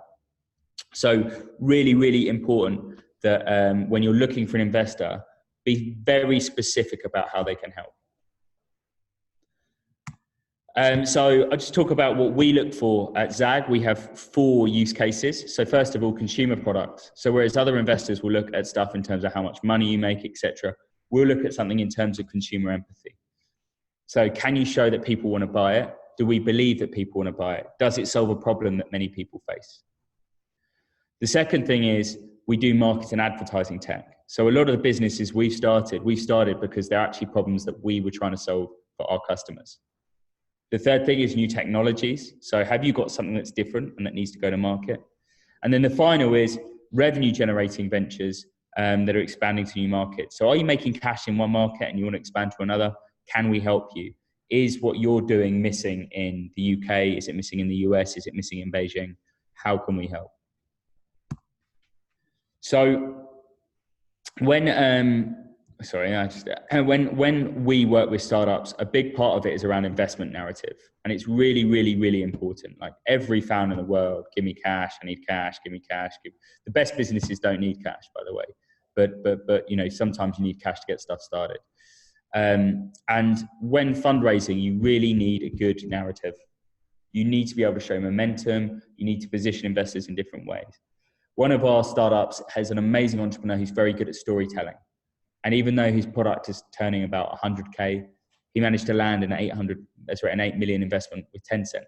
And the reason is because he was able to create the storytelling. And that's all about not opening your round for too long, pre-warming up your investors before you open up your investment round, having a ballsy but fair valuation, showing traction, proof points about why your business works. You kind of want to say, look, we're the hottest thing in the entire world right now, and if you don't get on board with us now, then you're really going to regret it. And I think that's something that we really help with our venture partner work, and it's really important that you get it right. So let's just quickly talk about pitch decks. I know that you've already had a session on pitch decks, but I just think it's quite important to revisit this. I need to show that the founding team, I need to see the founding team are credible.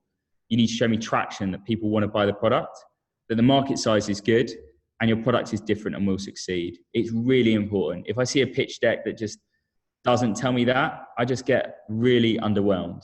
And I think it's really important.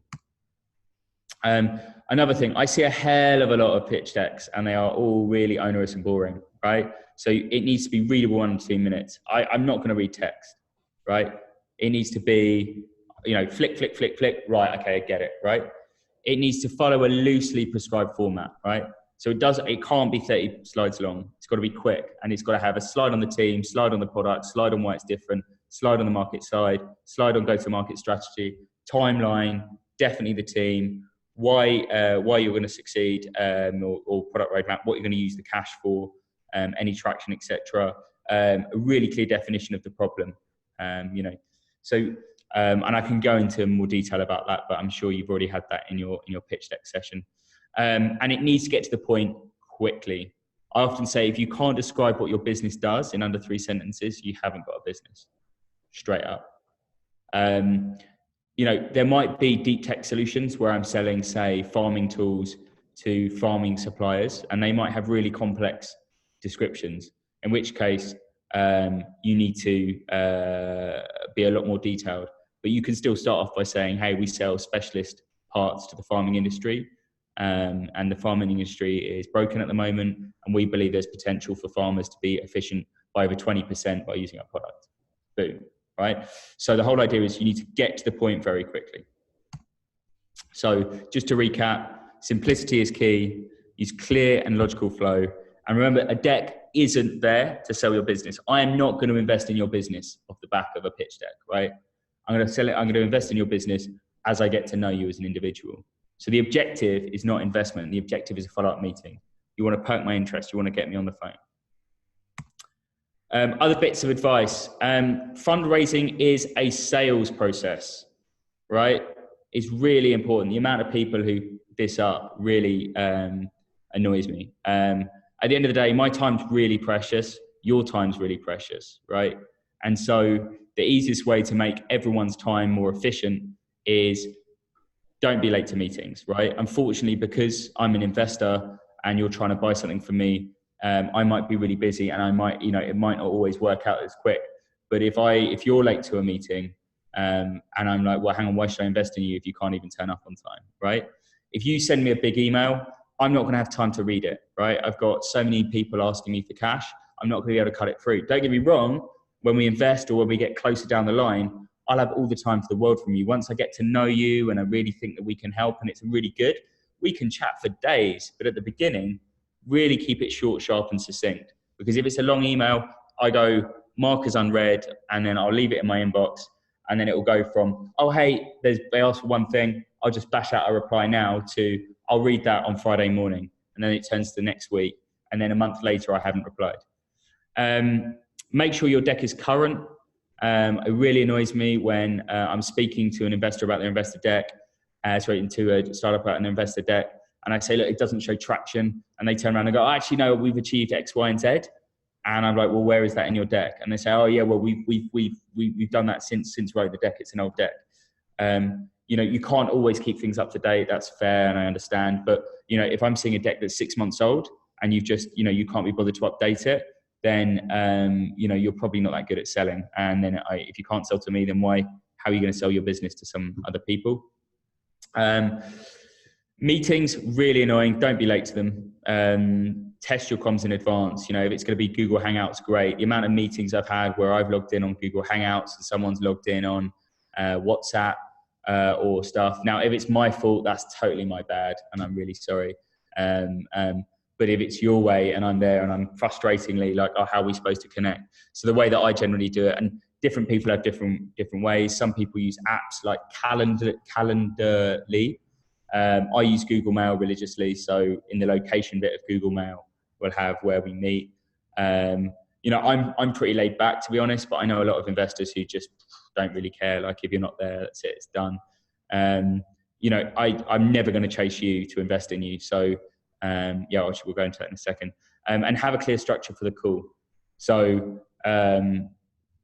it might be that as soon as we start speaking, we get into small talk and it turns into the real business and it's fine. But I do appreciate when someone says, hey, just wondered, I have some ideas for how we could run this call. But if you had an idea, we can go with what you say. Otherwise, maybe we could start by saying a little bit about what we do. And then I'd love to hear more about Zack and what you guys do. And then afterwards, I'd love to talk about how we could potentially collaborate. Like having that structure just makes you a lot more comfortable when you're having that call. And finally, listen to your customers, right? Like I'm British and I have to apologize. British people are awful at saying what they mean. So often British people, rather than say no, will be like, okay, I'll have a think about it, etc. And sometimes they could mean I'm having a think about it and I'll give it more time. And other times it'll be like, hey, I'm just going to push that over to one side and think, and never get back to it. So the only way you can really tell is listen to what people are saying. So often people will go, hey, I've got this AI tech that does blockchain integrations. And I really, it's non-revenue generating, it's deep tech stack. I'd love for you to invest in it. And I'll say, sorry, we invest we don't invest in that. And then they'll be really pushy and they'll say, hey, let's chat. So I will then immediately go from having a neutral opinion of you to a negative opinion of you. Whereas, if I said, hey, and they'd be like, oh, right, thanks for the feedback. Do you know anyone who does invest in blockchain? I might, if I have time, say no, sorry. Or I might say, hey, forward to someone else saying interested, ? So the whole idea is you're kind of making it efficient for me to help you. Take feedback graciously. Like nothing makes me more confident about an entrepreneur than me saying, look, your business is too early. You're not really proving anything right now. You're not going anywhere. But that doesn't mean that you can't succeed. And if an entrepreneur can turn around and go, thanks for the feedback, can I just pick apart, when you say not going anywhere, what do you mean? Like, is this about revenue traction, or is it about the product? And then I might turn around and say, well, I've seen some competitors in this space and I think they're doing it. And be like, great, can you give me the names of the competitors? And those entrepreneurs who are able to, like, when you have an investor feeding back, and not just me, there are loads of investors in the world, they see so many pitch decks. They are your best source of competitor information, right? So if you go, oh, hey, yeah, how is this doing different to this? And then immediately you're like, okay, quick, write that down. So investor feedback, it's almost like free consulting opportunity. If you can get an investor on a call and they give you good feedback, that's like free advisory work. You're not paying for it, right? So, anyone who's just like, right, okay, so what is it you didn't like about the platform? Okay, great. And then when you take that feedback, make sure you implement it. Really important. I really hate it when I say to someone, look, your product hasn't got enough traction, but if you achieve these things, then maybe we can speak. And they come back to me saying, oh, hey, yeah, just wondering if we could have a follow-up call. And I'm like, great, where's your traction at? And they say, oh, it's pretty much the same. I'm like, well, what new are you going to bring to the equation? So really important that if you listen to what people are saying, like any sales process, it's 90% listening. And it's about making me think that you're answering my problem, and you can only do that by understanding me, right? And the final thing is persistence. Like often I won't reply to emails because I'm busy, right? And if 2 weeks lapses and someone sends me an email saying, hey, sorry, just chasing this up, I'm like, oh shit, sorry. And I'll often reply, and it's very unlike me to not reply to something eventually. But my friend, he's a CMO for a business called Explorio. His name's Issa Salud, and he's an amazing business developer. And he has something called the 6 email rule, and he uses HubSpot. So he'll send one email, and if they don't open it, it means they're busy. So he'll change the subject line and send another email, right? And then he'll do that until they open it, and then they'll open it. And if they open it for like 1 minute, you can use stuff like HubSpot to find this out. But if they open it for 1 minute, he knows that they've read it, right? If they open it and then close it, it's too long, right? So if they open it and read it for a long amount of time, it means that it's too long, right? But if they open it and read it for a long time and don't reply, then the answer might be no, right? Or it might be that it's too long. So then he'll send a follow-up email with very clear, specific asks that's very short. And so someone can come back, right? And he'll basically just iterate over this process, and he calls it the 6 email rule. Also channels. I prefer email. Like if I get a call, I get really angry. I very rarely answer my call, my phone, because I'm in meetings all the time. So work out how people communicate. I use email. Other people use WhatsApp. Some people use phones. One of the things I find fascinating about Ukraine is, like, I only ever use Facebook for social. Like I only ever use Facebook for social communication. So if you message me with a business query on Facebook, I won't respond in business hours. And then when I check my Facebook in out of business hours, it's when I'm catching up with all my friends, and then you've got a business query. So I'm not saying that that's a bad thing, because obviously, it's different in different countries. But I would just say that, if it's China, it's got to be WeChat. They use WeChat for business there. If I'm in Serbia, it's Viber. So just really, when you're understanding your customers, always understand the communication channels that you're working with them on, and understand their preferences. This is something that early stage startups consistently get wrong. Research your customer. Your customer is an investment fund, right? I invest in consumer tech, I invest in early stage, and I invest predominantly in UK domiciled startups, or if it's global, it's got to be really special. And so the whole idea is, when you're looking at a fund, try and work out what they invest in, what geographies and what stage. And you can generally find out what kind of people invest based on what else is in their portfolio and what else they're looking at. So yeah, for us, Zag is consumer facing, and we do marketing and ad tech. any geography, but we've got to be the UK registered if you want cash from us. And it's early stage. We do the first 150K, right? So if you're doing a Series A round, we can't really help because 150K is just not enough cash. If it's pre-seed, it might be an angel. So, so just to recap about the investment stage of the business, find the right investor based on when you're looking to raise cash. Do not use buzzwords, right? If your product uses blockchain, that's great, but it needs to solve a real problem, right? So just because you have a phone network that uses blockchain to secure text messages, that's not a problem you're solving, right? That's a feature of a product, right? So if you say to me, hey, you know that communication is not secure, so I use a blockchain solution or end-to-end encryption, and actually I invented Telegram for that reason, that's great. I understand that. The problem you're solving is secure communication. I love that. That's great. It's not blockchain that will get me to invest in something, or it's not end-to-end encryption, right? It's that might be the thing that delivers the solution, but it's don't use buzzwords unnecessarily. Everything's AI at the moment. Before that, it was blockchain. Before that, it was VR and AR. Then it was metadata or meta search. Then it was personalization. Tech has loads of trends, and ultimately, a lot of founders think that by using buzzwords, people are going to be interested in their businesses.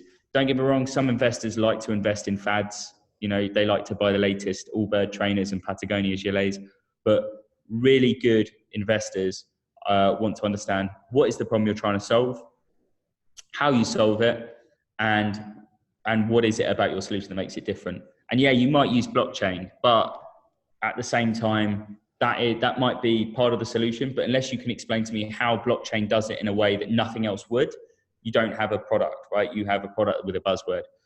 With AI, you know, rather than say, you know, most AI is actually, technology has been around for 40 years, just articulate decision trees. And you can say AI, but, you know, if you just say, hey, we solve a solution with automated, with the term automated. Another thing, features are not a product, right? So we invest in one business called Dabble, and you could take a picture of a Starbucks cup, click, it would recognize the logo and bring up its listing on the exchange, so you could do it, right? Dabble made it easy for people to invest. The ability to take a photo of something and recognize it and bring up its share price and give you the option to invest, that is a product feature. And so when they started off really early, they were like, hey, this is what we're going to do. How cool is that? But that's a marketing gimmick. That's a customer acquisition strategy. That is an investment feature. It's not solving a problem, right? The reason for me not investing is access to the investment exchange. It's not being able to take a photo of companies I use. So just be clear on the difference between a feature and a product. And I guess the thing I really wanted to end up is keep it simple, right? Investors, some of them are really clued up, right? But if you really know what you're talking about, like you really know what you're talking about, you should be able to say it simply, right? You should be able to really clearly describe a situation. So if you cannot simply describe, you know, if you cannot explain it to a 6-year-old, right, then you're going to have trouble selling it, right? Particularly if I've only got 2 minutes to give your product attention before I move on to the next thing, right? So keep it simple. So much so, really important, keep it simple. Like people just completely, every time I get a pitch, it's always complicated. And it's really tough to keep it simple. But the more simple it is, the more response you're going to get from an investor or anyone you pitch it to. So I kind of just want to end on really, really important. Keep it simple. Keep it simple. Yeah. So just a final recap. Fundraising is a sales process. Treat it like you would if you were doing a corporate sale. Use the local etiquette. Be timely. Be presentable. Take feedback well. Listen to listen to the person. Listen to your customer. And be really professional about it. Research who you're asking for cash. Make sure they're relevant to your sector. Make sure that they're there. If you're having trouble finding it, look at other businesses similar to yours. Find the funds that have invested in them. Avoid buzzwords. Don't try and sell something on a feature. Focus on the problem it solves and how you solve it. And then finally, you know, really important, keep it simple. And that's me. So any questions?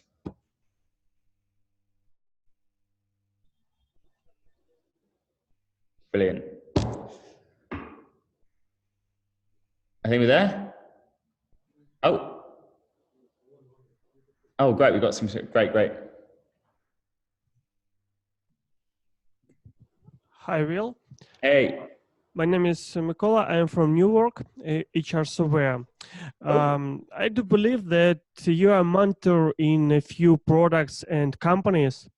And I want to ask you about your own opinion about the mentorship and about the communication with mentor. Yeah. What is the main value of mentors, and what will be your main suggestions how to build communication with them more efficiency for two parts? That's a really good question. I often find myself wanting to help businesses, but I don't have time, right? And so the ones that are really good kind of manage me in the same way that you would manage a stakeholder, making it very easy for me to help them. So a few things. If you've got a mission or you're really clear on what you're doing, it's very easy to communicate to someone, right? And so when you start reaching out to people to say, hey, what do you think of my product, right? Or, hey, what do you think about this? Or where do you think I'm going, right? Sometimes people say, I don't have time. Some people will be grumpy, but every, 1 in 5, 1 in 10 will be like, hey, I love this. How can I help, right?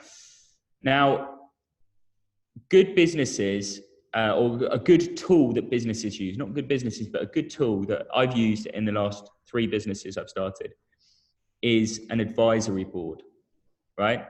So say I'm a grain exporter, right? I'm going to be really useful to PyTag, right? So I might go to them, hey, what do you think of this? Great, I'd use it, but I don't think it's ready for me yet, but come back to me when you know what it is. And you'd be like, great, well, you're really good at what you do, and so it'd be really good if we could call you an advisor to our business, right? And what that means is they get to brag to the world about how they're helping a startup called PyTag, right? Secondly, people who are experts in their industry, particularly if they're really specific. So if I'm a grain exporter, right, I'm not Beyonce, right? I'm not going to be like, walk down the street and get mobbed by fans. But if I've spent 20 years trading grain, I'm going to be really good at it. And I'm going to be really proud of it. I'm going to love trading grain. But no one really cares because grain's really boring to everyone else, right? And then all of a sudden, this young entrepreneur called Igor comes along and he says, man, I love what you do. I love grain. I love grain exporting. I think you're amazing at it. And I was just wondering, can I ask you some questions? We're going to build a solution to make grain exporting and buying and selling a hell of a lot easier. And I was just wondering if you mind, if I could ask you a few questions, right? Now, if I'm on the receiving end of that, I'm going to be like, whoa, I get to talk about what I do for a living for once. Someone actually cares. This is amazing, right? And then not only do you get loads of free advice, but at the end of it, I get to brag that I've helped you, right? I get to talk to you about what I do, right? So when you're having those discussions, if you feel like you've had some chemistry with someone or it went really, really well, it's really good to go, look, I'd really love it if we could keep you in the loop with advisors, and ask you to be an advisor to the business. And then they'll say, well, what does that involve, right? Now, advisors generally form 3 roles, right? They give you access to specialist advice, right? Mm-hmm. That's the first thing. They give you access to a big network. So their network might be big industry specific that no one else might have, or they might be really reputational, right? Reputable, right?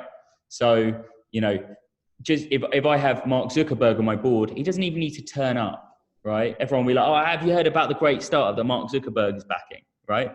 Just because they're on the board, right? So in PyTag, if it was, the head of grain commodity trading at BNP Paribas, which is the largest commodity trader in Europe, then I know, oh, hang on a minute, actually that's someone these guys are serious. They've got access to some serious people. So you're using their reputation. For networks, if it's someone within the program who has loads of investor friends, right? Your ability then is like, okay, cool. You've got great investor friends.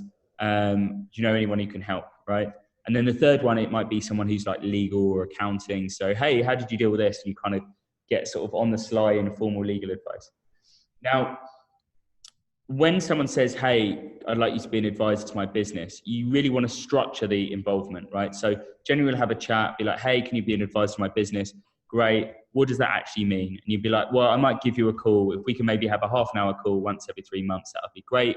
And occasionally I'll send you an email that sends what, that gives me information, right? So try and work out try and come up with a structure that basically says, look, I'd love to check in with you maybe once a month for half an hour to an hour, just to give you an update of what you're doing. So that's the first thing that's really good. A thing that I've seen done really well as well is a startup that, in fact, a couple of startups have done this, and they basically start building loads of advisors, right? And everyone's like, wow, I'm really helping this startup. And then they send an email around to all of them saying, dear advisor, this is what's happened this month. This is where we're going. This is really, really happy. This is good news for us, right? What we need. Do you know anyone who is an early stage investor, a specialist in grain trading? So the whole idea is you start to build a community amongst your investors. So you say, this is what's going on, 3 bullet points. This is what we need. Now, if I get an email from someone saying, this is what's happened, I'm like, oh, I'm really happy for you. Great, you're involving me. And then I see 3 bullet points. This is what you need. And it might be, actually, you know what? I can't help you with any of those. But it might be that what you asked for is exactly someone I know, who I might have spoken to the night before about exactly looking for someone like you. So I think with advisors, structure it and regular communication via email. And when I say regular, I mean like maximum fortnightly, generally monthly. Great. Thank you. Cool. Any more questions? Yes, please. First of all, thank you for your presentation. The question is next. What do you think about the companies whose mission sounds like we are going to be the next intercom, only cheaper? So like cheaper means more achievable to other people. So what's your opinion on such kinds of companies? Well, I mean, the whole idea is the problem you're trying to solve in that instance is, the problem you're trying to solve in that instance is not like if a messaging, like, so if, for example, messaging or video conferencing was a problem, right? It was expensive, then the problem you're trying to solve is lowering the cost of communication, right? So for an intercom, for example, Slack is free for early stage companies. Facebook is free. WhatsApp is free. Gmail is free for a lot of people. So if you came to me saying, I'm basically going to make intercom free, I don't think the problem with intercom is its cost, right? So you need to tell me something that's a problem with intercom technology, right? And then I will be able to say, oh, okay, that's a problem. Okay, great. And you solve that problem, right? So I think with a mission or even a value proposition, a mission, you really need to show the problem you're solving, or you need to be articulate about what you care about and what you're trying to fix, right? So if it's the world's not speaking enough, or why aren't they speaking enough? Well, actually, because Facebook costs £10,000 and there's no way of communicating. Well, then we'll say, okay, great. So how are you going to fix that problem?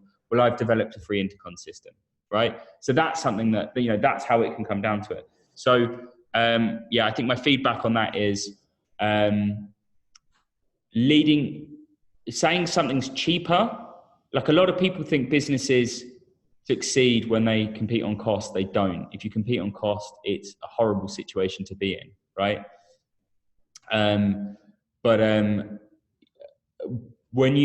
The best situation to be in is when you're solving something that no one else is, right? So you're solving a real problem, and it's a problem that a solution doesn't exist. So I would say that with a mission, you need to be able to articulate why what you do is different, or why it's a problem in the first place. But there is a niche of kind of people who just can't, kind of businesses, small businesses who can't afford intercom, and there is a problem, and that's why there are a lot of software which has such kind of message. So can we say that this is a problem? So I'm assuming by intercom, do you mean something like Drift? Is that what you're talking about? Yes. Yeah. Okay. Cool. Brilliant. I mean, Yeah, you can. By all means. I mean, if you say, look, hey, you know, if you came to me and said, you know, 200,000 small businesses in Ukraine can't afford to use Drift, I would be like, wow, okay. And you're like, right, we did some market testing, and actually, you know, we're providing a low cost element, and that's fine. But the things I would ask is, well, what makes you think you can deliver it at a lower pricing point? And that's not, you know, a reflection on you. But the thing as an investor, I'd immediately say, well, you know, one, how big is this problem? Because Drift is one of many intercom providers that have solved it. Second thing is, so the question is, what you're really doing is saying, how many people can't afford Drift, right? You need to give me an idea of how many people can't afford it, right?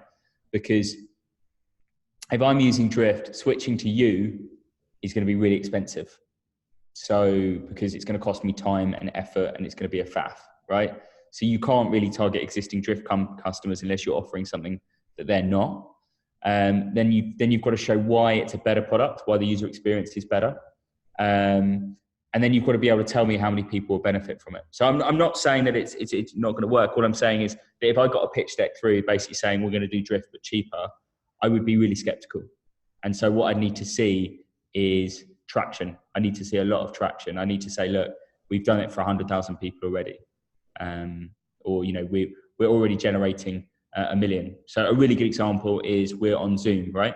If Skype was a great product, Zoom wouldn't exist. And actually I use Google Hangouts because it's free, right? So if you can articulate what it is that you do better, you know, if you say, you know, actually intercom systems are crap and expensive, and we're going to do one that's quick and easy to use and free, then it would be great. But then the monetization strategy would be quite difficult as well. Okay, thank you.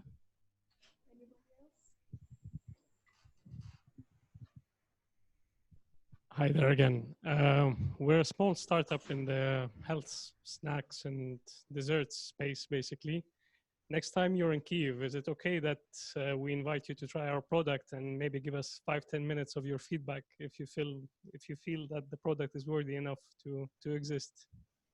Yeah, more than happy to. Or just send me over the website anyway. Oh, sorry. Yeah, more than happy to. Send me the URL. I'll give you, you know, some initial thoughts. Send me your website or something via email. I'm more than happy to give it.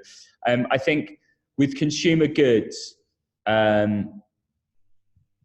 it's a tough industry from health foods. Consumer goods are tough industries in general, because everyone eats already, right? So the only way that I would choose your health food product is by you offering me an advantage over existing good.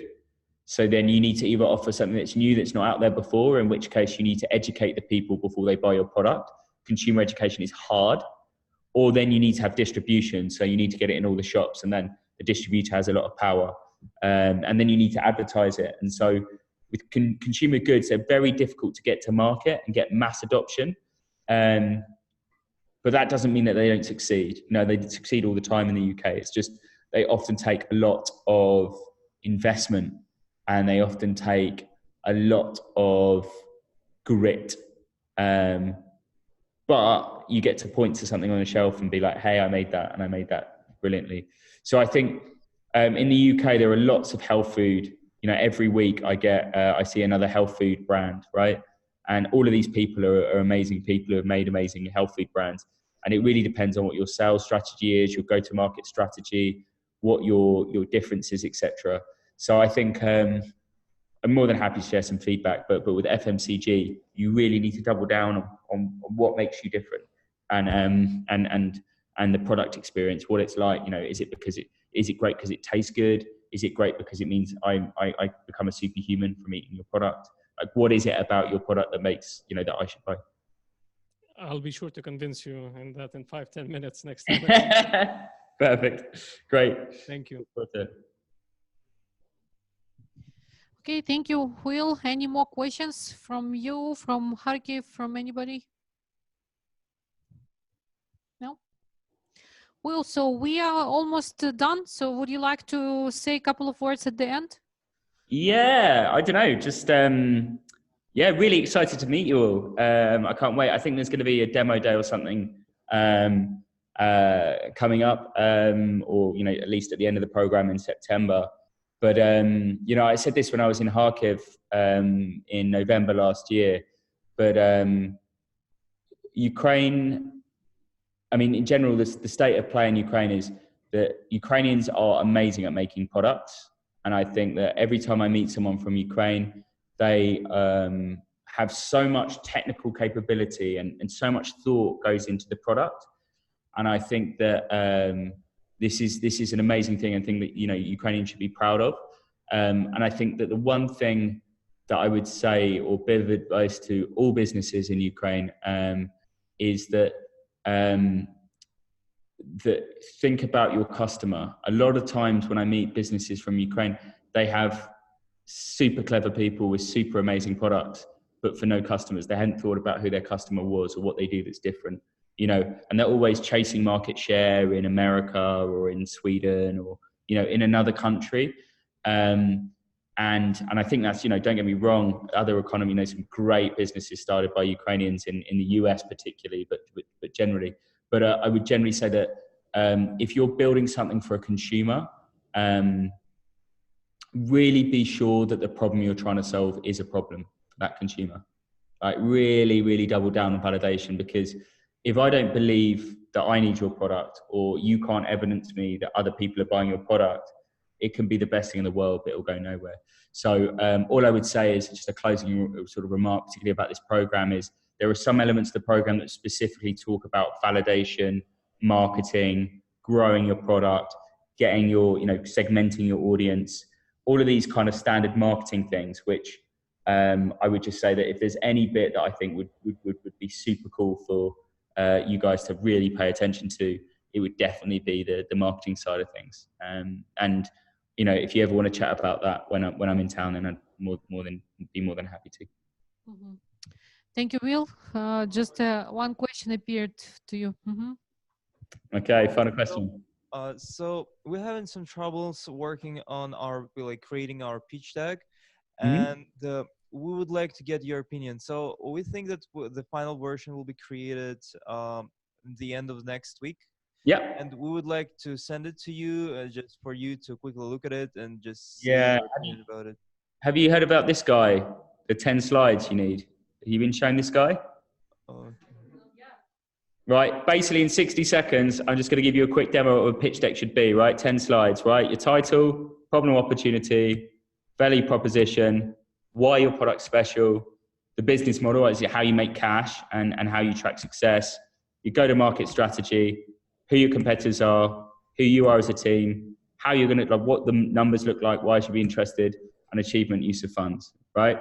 So generally, it can be more than 10 slides, don't get me wrong, 15, 16, 17, 18, fine. But basically, if you cover all of those things really clearly in no less than no more than 5 bullet points on a slide, this is definitely what you should do. Okay, and Will, how can we find your contacts? Anastasia, do you want to circulate my email after or something? I don't know where I've got it here. But my if you want to write it down, it is william.mercer@wearezag.com. So We Are Zag is our website. If you want to see what we do at Zag, so wearezag.com, and it's william.mercer@wearezag.com. Mercer? Yeah, MERCER.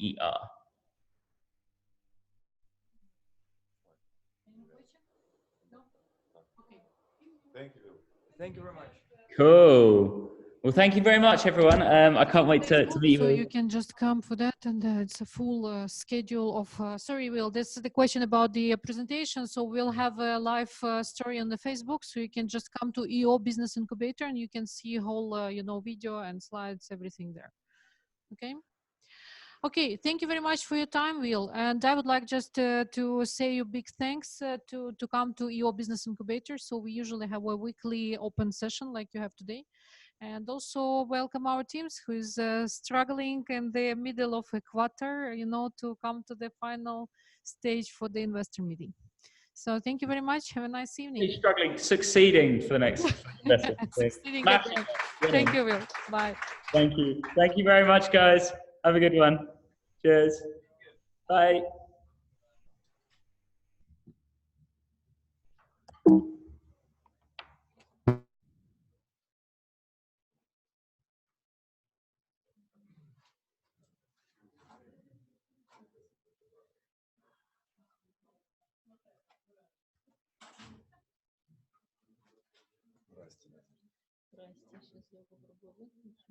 Thank you. Thank you very much, guys. Have a good one. Thank you very much. Thank you. Bye.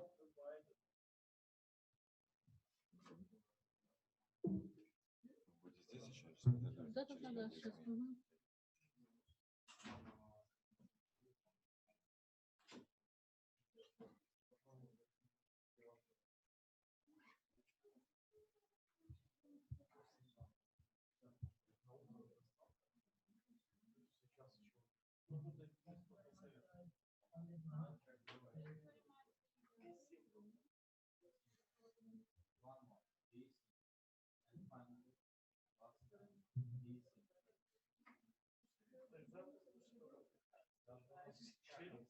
Надя, у нас завтра с Чаком Завтра или послезавтра. Я сейчас.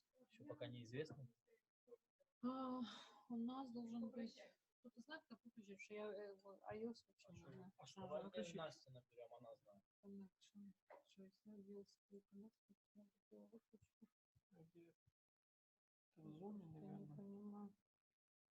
Как iOS пользоваться. Тут что-то оно даже мышки нет. Ну, сейчас вот тут. Оно там? Вот. Другой экран.